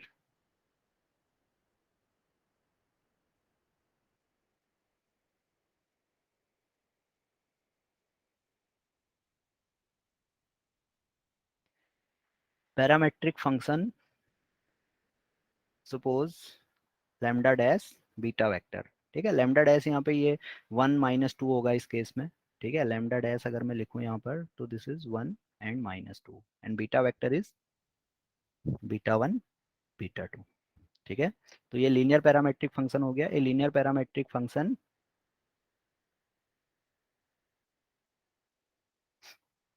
is said to be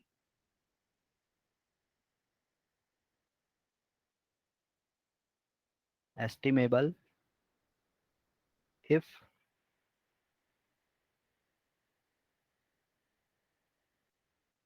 there exists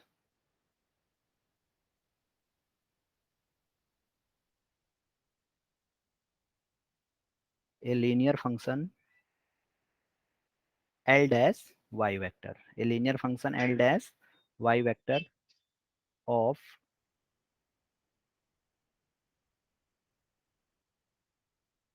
all observations y vector such that, क्या कंडीशन होगी एस्टिमेबल की, कोई बता सकता है? ये कोई लीनियर पैरामेट्रिक फंक्शन है लैम्डा डैश बीटा वेक्टर, ठीक है, और कोई लीनियर फंक्शन यहाँ पे एग्जिस्ट करता है एल डैश वाई वेक्टर की फॉर्म में, जैसे मैंने यहाँ पे बताया था, this is our L dash Y vector, ठीक है। तो ये कब हम कहेंगे कि lambda dash vector beta vector estimable है, कब आप कहेंगे कि beta one minus two beta two estimable होगा? कोई बता सकता है ये कंडीशन क्या होगी?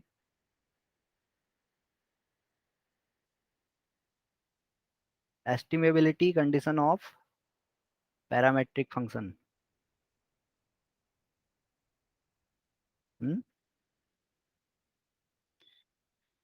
ये क्वेश्चन बहुत पूछा जाता है एग्जाम में, या तो एस्टिमेबल कंडीशन पूछी जाएगी या इस तरह से आपको दे दिया जाएगा, suppose beta one plus alpha beta two is a linear parametric function, alpha is such that the function is estimable, the value of alpha is such that, sorry what is the value of alpha for which beta one plus alpha beta two is estimable function, ठीक है।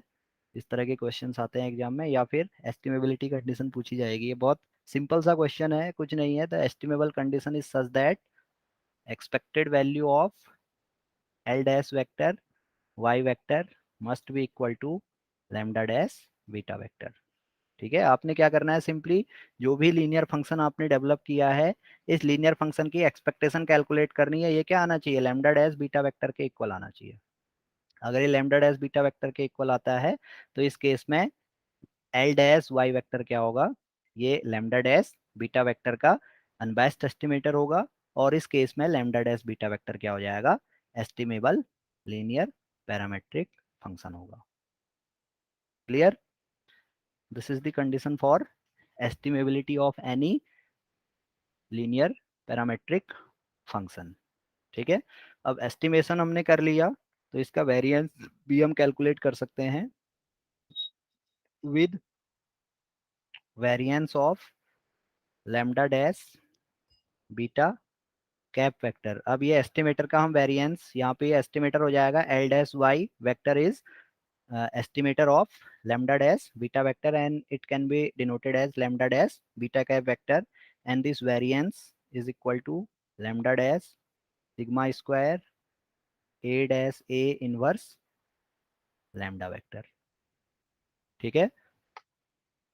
तो इस result से क्या होता है, दो तरह के क्वेश्चन बन सकते हैं, ठीक है।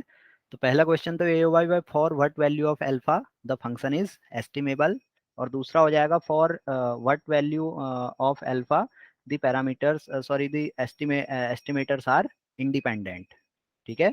तो इंडिपेंडेंट के केस में क्या करेंगे, उस लीनियर फंक्शन, उस लीनियर पैरामेट्रिक फंक्शन का हम वेरिएंस कैलकुलेट करेंगे, ठीक है। जो भी एस्टिमेटर हमने निकाला, estimator is suppose L dash Y vector, ठीक है। अब जो भी लीनियर मॉडल हमें गिवन है, उस लीनियर मॉडल के लिए सिंपली क्या करना है, A dash A inverse calculate करना है, और जो भी लीनियर फॉर्म हमें गिवन है, सपोज हमसे कहा beta one minus alpha beta two minus beta one, इस तरह की फॉर्म गिवन है, ठीक है। ये दो वेक्टर्स की फॉर्म में गिवन है। तो यहाँ पर लैम्डा डैश वेक्टर आप निकाल लोगे, लैम्डा डैश वेक्टर ये क्या हो जाएगा, लैम्डा डैश वेक्टर ये आप यहाँ पर वन और माइनस अल्फा होगा, ठीक है।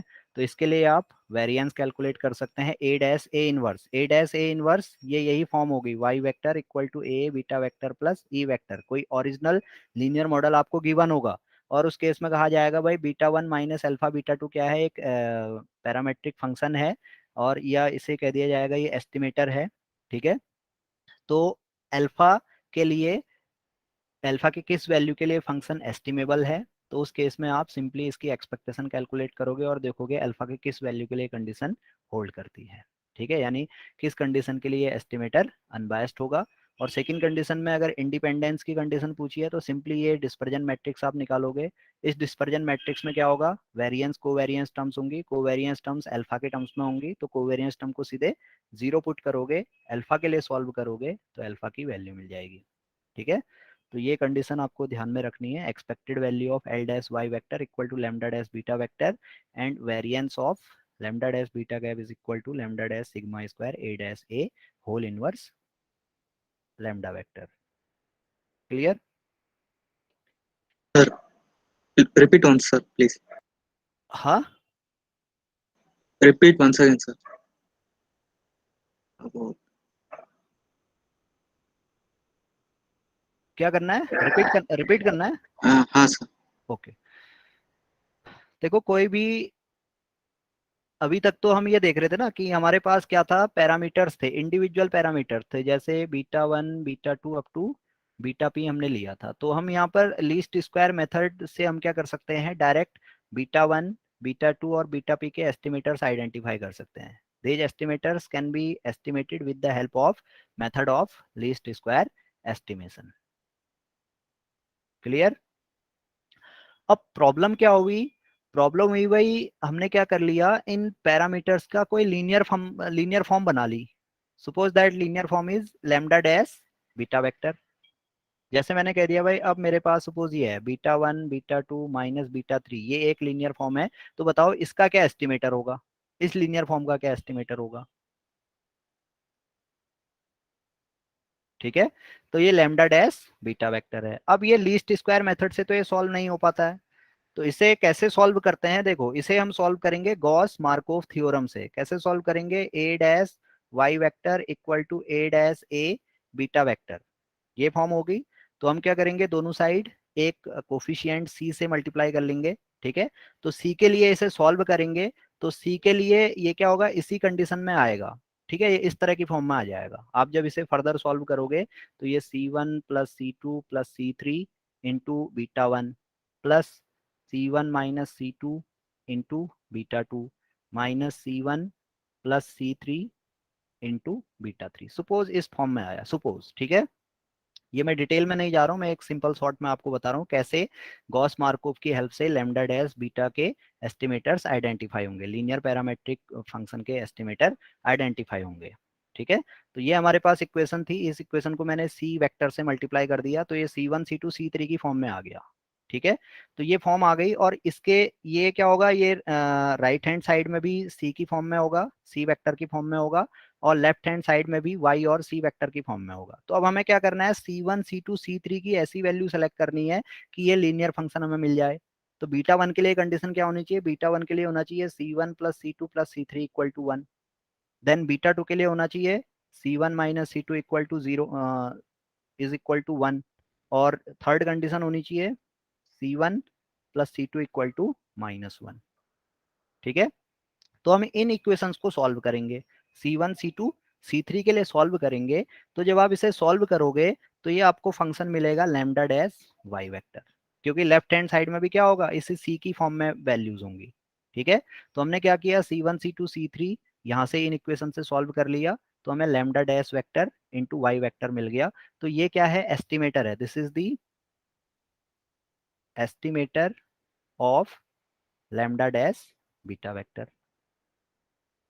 ठीक है, अब कंडीशन क्या है भाई, जो लैम्डा डैश बीटा वेक्टर है, जो लीनियर पैरामेट्रिक फंक्शन है, ये एस्टिमेबल होगा या नहीं होगा। ठीक है, हालांकि हम इसे इस तरह से गॉस मार्कोव थ्योरम की हेल्प से इस तरह से एस्टिमेट तो कर ले रहे हैं, लेकिन क्या ये एस्टिमेबल है या नहीं है, ये कंडीशन हमने चेक करनी है। तो इसकी एस्टिमेबिलिटी कंडीशन सिंपल कंडीशन होगी, आपने जो ये एस्टिमेटर फाइंड किया है एल डैश वाई वेक्टर, आप क्या करो, इस एल डैश वाई वेक्टर का एक्सपेक्टेशन कैलकुलेट करो। अगर इसकी एक्सपेक्टेशन क्या आती है, लैम्डा डैश बीटा वेक्टर के इक्वल आती है, तो हम कहेंगे भाई ये lambda dash beta vector, that means ये लीनियर पैरामेट्रिक फंक्शन क्या है, इस केस में एस्टिमेबल है। क्लियर। Yes, sir. ठीक है, अब यहां से हमने देखा जो लैम्डा डैश बीटा वेक्टर के एस्टिमेटर है एल डैश वाई वेक्टर, ये हमने कहा भाई अब लैम्डा डैश बीटा वेक्टर क्या है, इस केस में एस्टिमेबल है। तो गॉस मार्कोव थ्योरम की इंपोर्टेंस यहाँ पर निकल के आती है। ठीक है, जब हम गॉस मार्कोव थ्योरम की हेल्प से इस तरह से इक्वेशन सॉल्व करते हैं, तो जो फंक्शन हमें मिलता है यहाँ पर एल डैश वाई वेक्टर, ये क्या होता है, automatically unbiased estimator of lambda dash beta vector होता है। ठीक है, ये प्रॉपर्टी होती है गॉस मार्कोव थ्योरम की। समझ में आया ये कॉन्सेप्ट, नहीं समझ में आया।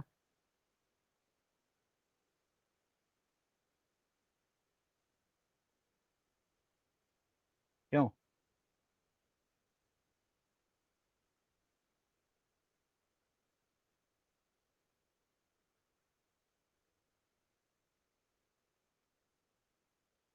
क्या ये कॉन्सेप्ट समझ में आया आप लोगों के?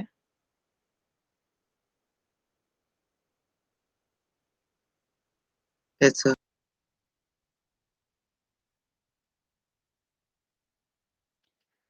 एस्टिमेबिलिटी कंडीशन समझ में आ गई ना क्या है?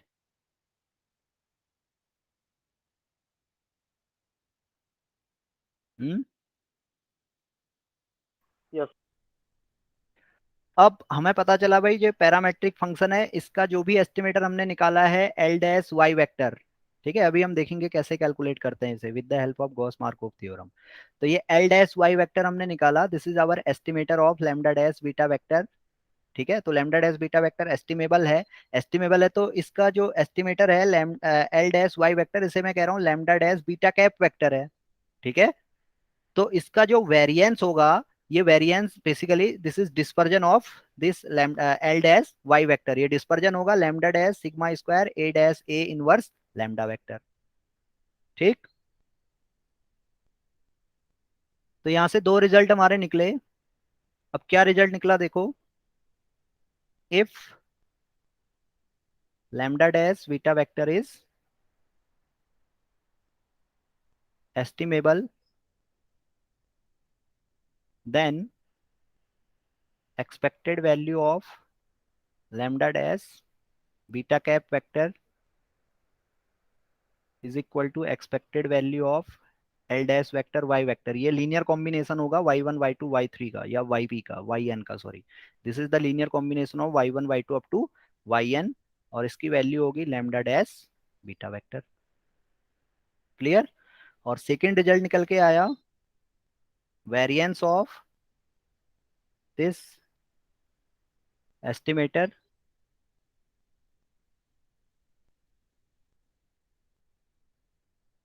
is equal to lambda dash sigma square a dash a inverse lambda vector. Clear? तो फर्स्ट कंडीशन तो एस्टिमेबिलिटी की हो गई। सेकंड कंडीशन में हम क्या कर सकते हैं, एस्टिमेबल फंक्शन का जो एस्टिमेटर है उसका वेरिएंस कैलकुलेट कर सकते हैं। ठीक है, अब जो प्रॉब्लम्स यहाँ पे होंगी, प्रॉब्लम्स में क्या होगा, जैसे आपको लीनियर मॉडल दे दिया y1 इक्वल टू, सपोज ये दे दिया y1 equal to beta one plus two beta two plus E1, y2 equal to two beta two plus three beta three plus E2, and y3 equal to beta one plus beta two plus beta three plus ई3। Suppose ये एक linear model है। ठीक है, three observation पे based है और three parameters हैं यहाँ पर। क्लियर? तो अब ये लीस्ट स्क्वायर मेथड तो सिंपल है, हमें क्या करना है, beta one beta two beta three के एस्टिमेटर्स निकालने हैं। तो हम सिंपली क्या करेंगे, beta vector equal to A dash A inverse A dash Y vector, इसे सॉल्व कर लेंगे। यही करेंगे ना? क्यों? इसे सॉल्व करोगे तो beta one beta two beta three के एस्टिमेटर्स आपके आ जाएंगे। ठीक है, ये y1 y2 y3 की लीनियर कॉम्बिनेशन की फॉर्म में आएंगे। इतना तो क्लियर हो गया सबको? ठीक, अब सपोज करिए मैंने एक पैरामेट्रिक फंक्शन बना दिया। मैंने कहा भाई बताओ beta one minus beta two का क्या एस्टिमेटर होगा, what is the estimate of beta one minus beta two. ठीक है, या beta one plus beta two minus two beta three, इसका क्या एस्टिमेट है। ठीक है, ये समझ में आया? प्रॉब्लम समझ में आ रही है आप लोगों के?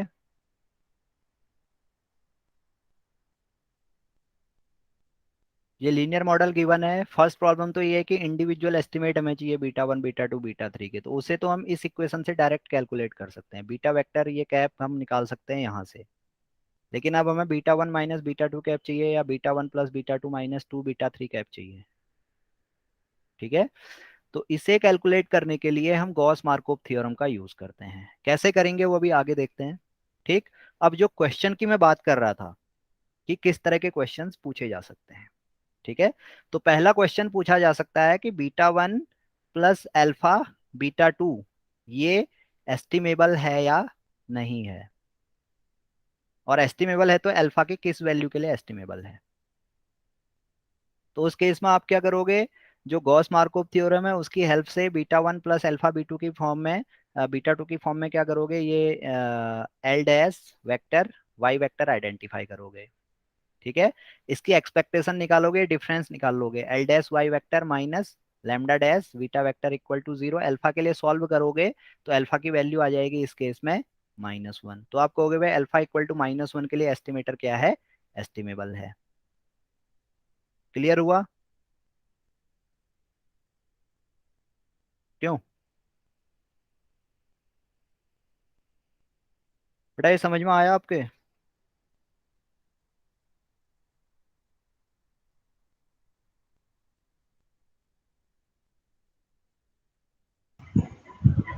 Yes, sir. अब दूसरे क्वेश्चन में ये वेरिएंस से रिलेटेड क्वेश्चन हो सकता है, इस डिस्पर्जन मैट्रिक्स से रिलेटेड क्वेश्चन हो सकता है, जिसमें आपको ये कह दिया जाए भाई किस वैल्यू के लिए ये हमारे क्या होंगे, पैरामीटर्स यहाँ पर इंडिपेंडेंट होंगे। जैसे यहाँ पर अल्फा ये दे दिया, beta one plus beta two plus alpha beta three दे दिया। तो आप सिंपली क्या करोगे, ये हमारा लैम्डा डैश बीटा वेक्टर की फॉर्म में है। अब यहाँ पे लैम्डा डैश तो क्लियर है ना, lambda dash is one, one and alpha. ठीक है, और ए डैश ए हम यहाँ से निकाल सकते हैं, ए डैश ए यहाँ से निकाला जा सकता है। ठीक है, तो इसे आप क्या करोगे, लैम्डा डैश बीटा वेक्टर ये कैलकुलेट करोगे, ये डिस्पर्जन मैट्रिक्स कैलकुलेट करोगे। तो ये डिस्पर्जन मैट्रिक्स में डायगोनल टर्म्स हमारी वेरिएंस टर्म्स होंगी, of diagonal terms covariance terms होंगी।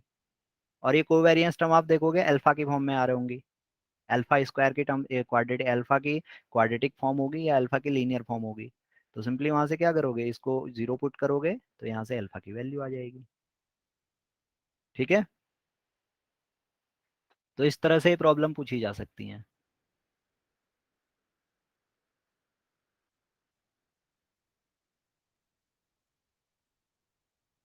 तो ये वेरिएंस आपको ध्यान में रखना है, वेरिएंस क्या होगा लैम्डा डैश बीटा वेक्टर का। तो इसके बेसिस पे आप इस तरह की प्रॉब्लम्स सॉल्व कर सकते हैं।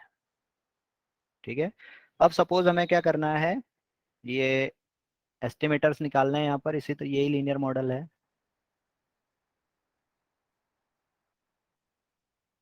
ठीक है, ये लीनियर मॉडल है, इसके लिए beta one minus beta two cap हमें आइडेंटिफाई करना है। तो कैसे आइडेंटिफाई करेंगे, देखिए गॉस मार्कोव थ्योरम की हेल्प से। तो गॉस मार्कोव थ्योरम की हेल्प से सिंपली हम क्या करेंगे, लीनियर सॉरी नॉर्मल इक्वेशन यहाँ पे डेवलप करेंगे, A dash A beta equal to A dash Y vector. ठीक है, तो ए डैश ए आप निकालोगे और ए डैश वाई वेक्टर आप निकालोगे। तो ये मैंने कैलकुलेट किया हुआ है, ये मैं नोट कर रहा हूँ, आप इसे कर लेना। ये फॉर्म इस तरह की आएगी, two beta one plus three beta two plus beta three equal to Y one plus Y three. Three beta one plus nine beta two plus seven beta three equal to two Y one plus two Y two plus Y three. और third आएगा beta one plus seven beta two plus ten beta three equal to three Y two plus Y three. ठीक है, तो ये इसी को मैंने इस फॉर्म में लिखा हुआ है, ये मैट्रिक्स की फॉर्म में है, ये एक मैट्रिक्स है हमारी। ठीक है, इक्वल टू ये दूसरी मैट्रिक्स है, ये ए डैश वाई है हमारा। क्लियर? तो ये मैंने बताया था आपको क्या करना है, एस्टिमेबल फंक्शन होगा। ठीक है, ये फंक्शन जो भी यहाँ पे एल डैश वाई वेक्टर है, ये एस्टिमेबल फंक्शन होगा जब हम क्या करेंगे, इसमें सी मैट्रिक्स कोई कांस्टेंट मैट्रिक्स हमने ले ली अननोन की, तो उसके लिए जैसे ऐसे हमने सॉल्व करना है। ठीक है, तो ये राइट हैंड साइड में हमने ये ले लिया, C dash vector A dash A beta vector. ठीक है, जहाँ पर सी डैश वेक्टर में तीन कंपोनेंट हैं, तो ये वैल्यू हो जाएगी C one into two beta one plus three beta two plus beta three plus C two three beta one plus nine beta two plus seven beta three plus C three beta one plus seven beta two plus 10 beta 3 होगा इतना।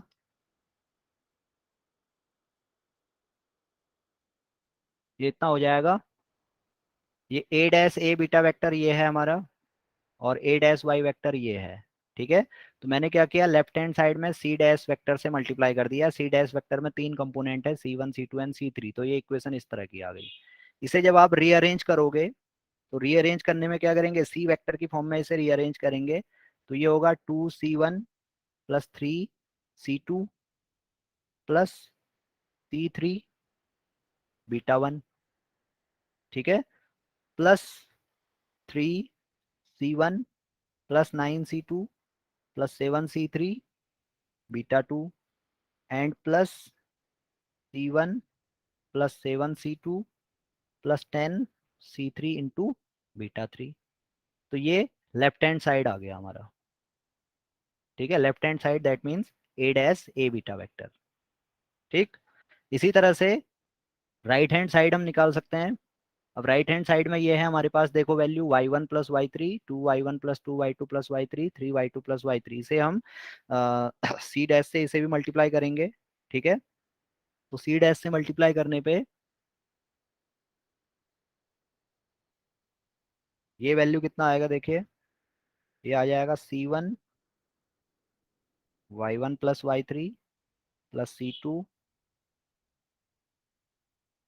2y1 plus 2y2 plus y3 plus C3 3y2 plus y3। ठीक है, right hand side को मैंने इस तरह के linear combination में लिखा हुआ है, ये ध्यान रखना। यहाँ पर मैंने इसे इस फॉर्म में लिखा हुआ है। ठीक है, तो ये लेफ्ट हैंड साइड है, ये हमारी राइट हैंड साइड है। क्लियर। अब देखिए लेफ्ट हैंड साइड में जो हमारी प्रॉब्लम है, ये है कि भाई ये बीटा 1 बीटा 2 एस्टिमेबल होगा या नहीं होगा। ठीक है, तो गॉस मार्कोव थ्योरम कहते हुए बीटा 1 माइनस बीटा 2 एस्टिमेबल होगा।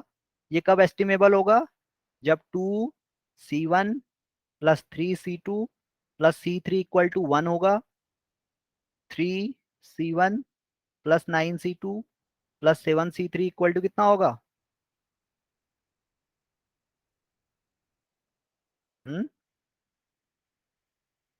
ये -1 होगा, और C1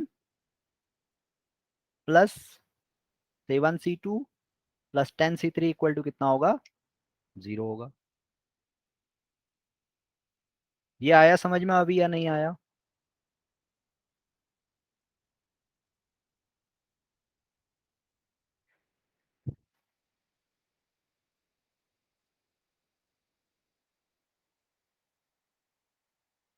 बेटा ये समझ में आया आप लोगों के, नहीं आया। Yes, sir. Yes, sir. Simply मैंने क्या किया, देखो मेरे पास नॉर्मल इक्वेशन थी। ठीक है, A dash A beta vector equal to A dash Y vector, ये नॉर्मल इक्वेशन है। अब मुझे क्या करना है, बीटा वेक्टर के एस्टिमेटर तो मैं डायरेक्ट निकाल सकता था, वो मेरे पास लीस्ट स्क्वायर मेथड भी है, beta 1 beta 2 beta P estimator निकालने के लिए। मुझे अब क्या करना है, linear form linear parametric function के एस्टिमेटर्स निकालने हैं। तो इसके लिए मैं क्या करूंगा, इसको सी डैश से मल्टीप्लाई करूंगा, इसे भी सी डैश से मल्टीप्लाई करूंगा। ठीक है, दोनों साइड मैंने सी डैश से मल्टीप्लाई किया, इसे मैंने लीनियर पैरामेट्रिक फंक्शन की फॉर्म में लिखा, और इसे ऑब्जर्वेशंस के लीनियर कॉम्बिनेशन की फॉर्म में लिखा। ये लिखा है मैंने। जब C dash A beta vector निकाला, तो इसे मैंने इस तरह से अरेंज कर लिया। और जब C dash A dash Y vector निकाला, this is our C dash A dash Y vector, इसे मैंने इस तरह से लिख लिया। अब बीटा 1 माइनस बीटा 2 एस्टिमेबल होगा।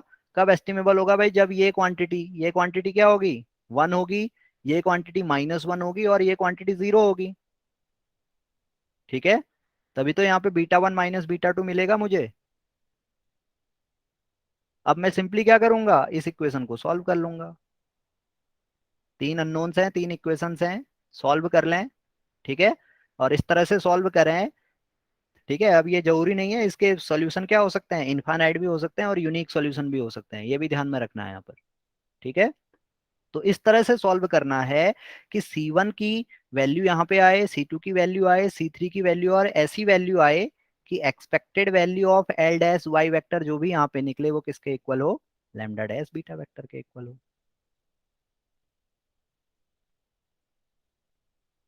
आया समझ में? आप इन इक्वेशंस को सॉल्व करेंगे, C1 C2 C3 की वैल्यू निकालेंगे, ये वैल्यू यहाँ पुट करेंगे। ठीक है, तो ये ओबियस हो गया भाई, लेफ्ट हैंड साइड में तो आपको β1 माइनस β2 मिल जाएगा, और राइट हैंड साइड में ये C1 की वैल्यू रखोगे, C2 की वैल्यू रखोगे, C3 की वैल्यू रखोगे, अरेंज करोगे तो ये y1 y2 का लीनियर फॉर्म मिलेगा आपको। ये form L dash vector y vector की फॉर्म होगी। और जब आप यहाँ पे expected value of L dash y vector निकालोगे तो ये β1 माइनस β2 के इक्वल आ जाएगा। तो इस केस में हम कहेंगे भाई β1 माइनस β2 क्या है, एस्टिमेबल फंक्शन है। ठीक है, तो ये था estimability of linear parametric function. I hope ये समझ में आ गया होगा आपके। अगर कोई कंफ्यूजन है तो आप पूछ सकते हैं, कोई डाउट है तो पूछ सकते हैं।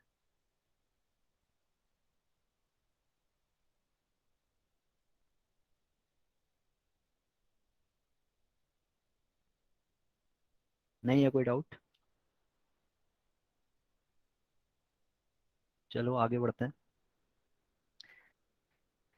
अब यहाँ पर हमने कहा था variance of lambda dash beta vector is equal to lambda dash sigma square A dash A inverse lambda vector.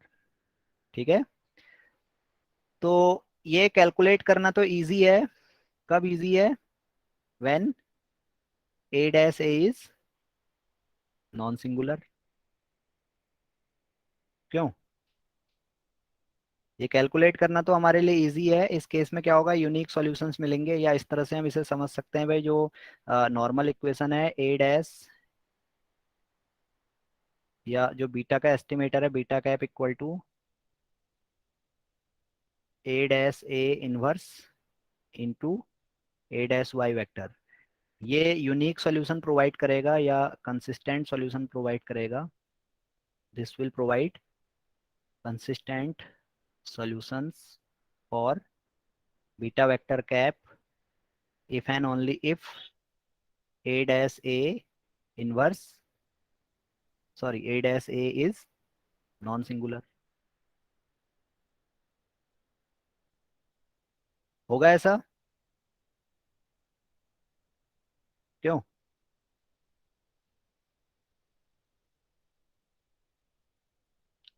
ये एक ऑब्जेक्टिव क्वेश्चन बन सकता है।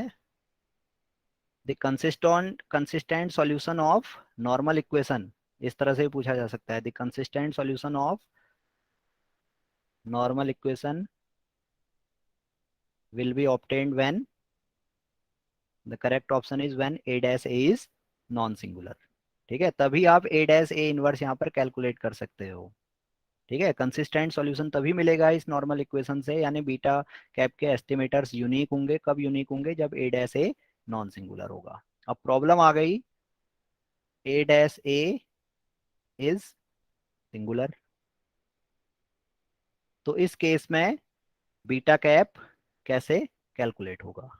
ठीक है, ये प्रॉब्लम समझ में आ रही है सबके? क्या है? Yes, sir. तो अब ए डैश ए सिंगुलर है, तो इस केस में ये जो इक्वेशन है, या हम कहें नॉर्मल इक्वेशन जहां से हम बीटा के एस्टिमेटर्स आइडेंटिफाई कर रहे हैं, ये A dash A inverse A dash Y vector will have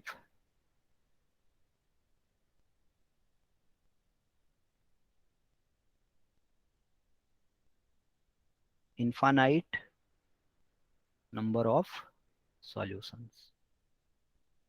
ठीक है, तो अगर A dash A inverse A dash A singular हो जाएगा तो उस केस में हमें इनफाइनाइट सॉल्यूशंस मिलेंगे।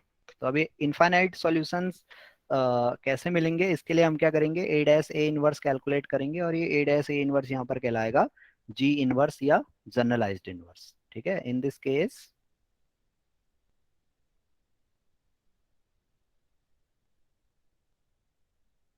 We will find G inverse. Clear? अब इनफाइनाइट सॉल्यूशन मिल रहे हैं, तो जी इनवर्स भी क्या हो सकते हैं, इनफाइनाइट हो सकते हैं। ठीक है, अब प्रॉपर्टीज की बात करें,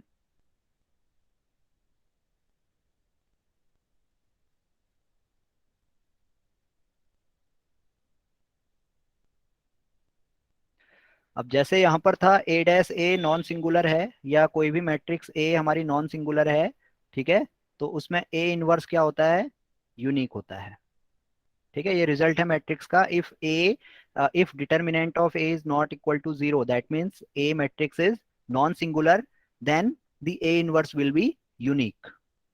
ठीक है, जी इनवर्स की प्रॉपर्टी है, यहाँ पे इनफाइनाइट सॉल्यूशन मिल रहे हैं, तो इसका मतलब है जी इनवर्स क्या है, infinite numbers of ji inverse हो सकते हैं। किसी भी कोई भी सिंगुलर मैट्रिक्स है उसके क्या हो सकते हैं, इनफाइनाइट जी इनवर्स हो सकते हैं। तो पहली प्रॉपर्टी ये हो गई।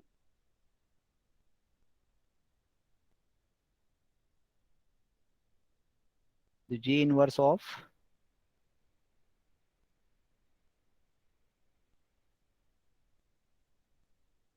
Singular matrix are infinite. G inverses of a singular matrix are infinite. ठीक है, बहुत सारे जी इनवर्स हो सकते हैं।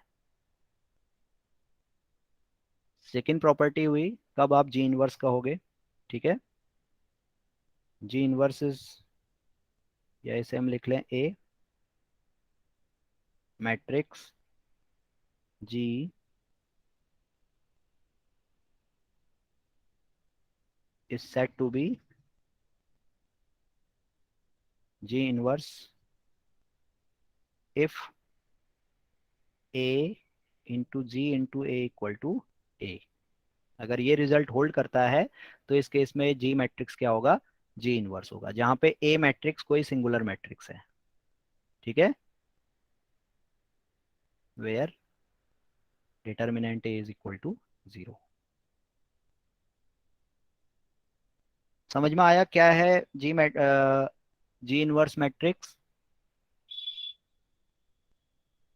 कोई भी ऐसी मैट्रिक्स अगर आप इसे इस तरह से ऑपरेट करोगे सिंगुलर मैट्रिक्स के साथ, ए जी ए, और आपको ए मिलेगा, तो आप कहेंगे भाई जी क्या है, यहाँ पर जी इनवर्स है। ठीक है, और जी इनवर्स क्या हो सकता है, सिंगुलर मैट्रिक्स की इनफाइनाइट हो सकती है,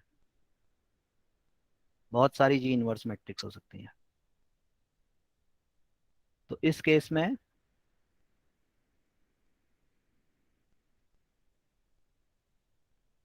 late B is G inverse of A dash A. Okay, since determinant A dash A equal to zero, यहाँ पर A dash A singular matrix है, तो हम कह रहे हैं भाई बी क्या है, सपोज ए डैश ए का जी इनवर्स है। तो इस केस में beta cap equal to beta A B A dash Y vector will provide a solution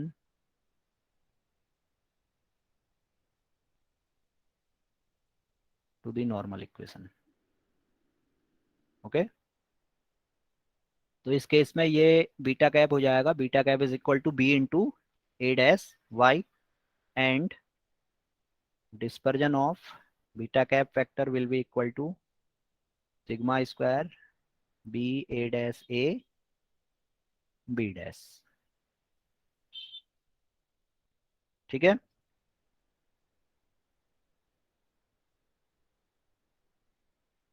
तो ये था लीनियर मॉडल्स। इस पे बेस्ड कुछ कॉन्सेप्ट्स थे, कुछ क्वेश्चंस इससे पूछे जा सकते हैं। तो इसमें किसी को कोई कंफ्यूजन है तो आप पूछ सकते हैं। अच्छा, ये बताना है आपको जी इनवर्स कैसे कैलकुलेट करते हैं किसी भी सिंगुलर मैट्रिक्स का या किसी रेक्टेंगुलर मैट्रिक्स का, ये बताने की जरूरत है।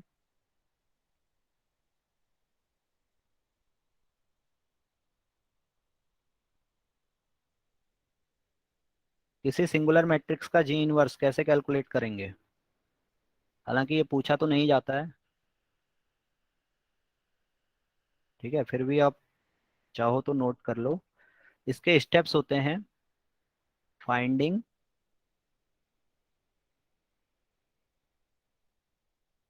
जी inverse of a singular matrix. ठीक है, तो फर्स्ट स्टेप में find any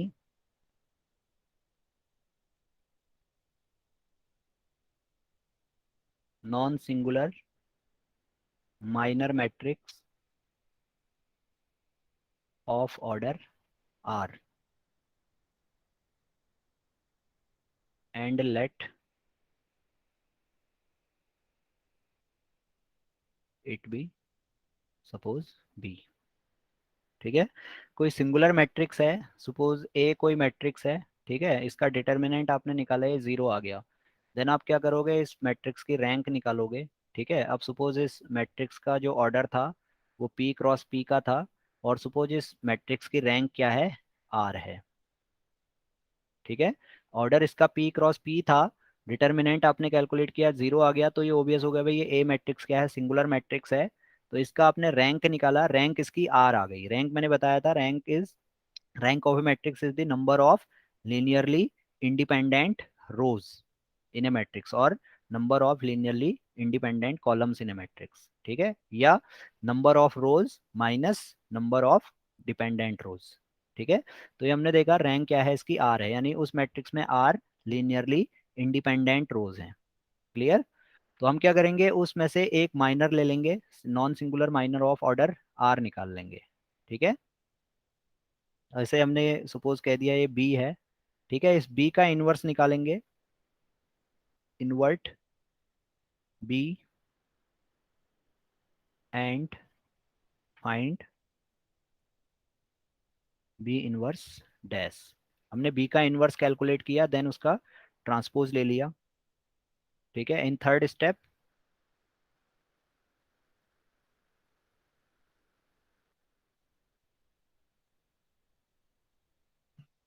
in singular matrix A replace B by B inverse dash and let it be G. Okay, अब जो P क्रॉस P की सिंगुलर मैट्रिक्स थी, उसमें जो भी माइनर हमने लिया था, उस माइनर को हमने B कहा, उसका इनवर्स निकाल लिया, B इनवर्स, देन उसका ट्रांसपोज निकाला B इनवर्स डैश। तो उस माइनर B को हमने क्या किया, B इनवर्स डैश से रिप्लेस कर दिया। ठीक है, उस सिंगुलर मैट्रिक्स में। Then in four step replace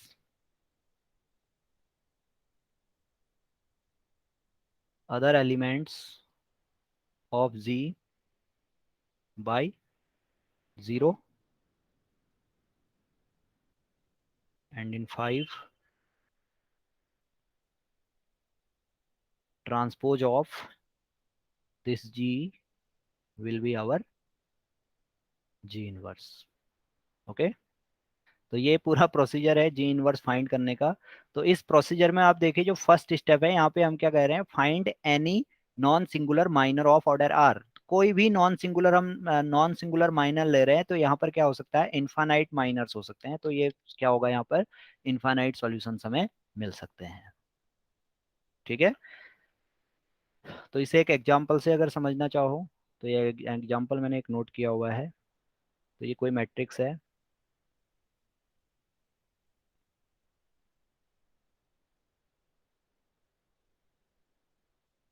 ठीक है, तो यहाँ पर आप डिटर्मिनेंट ए कैलकुलेट करोगे तो ये 0 आएगा, this is our singular matrix. तो एक मैट्रिक्स मैंने निकाल लिया।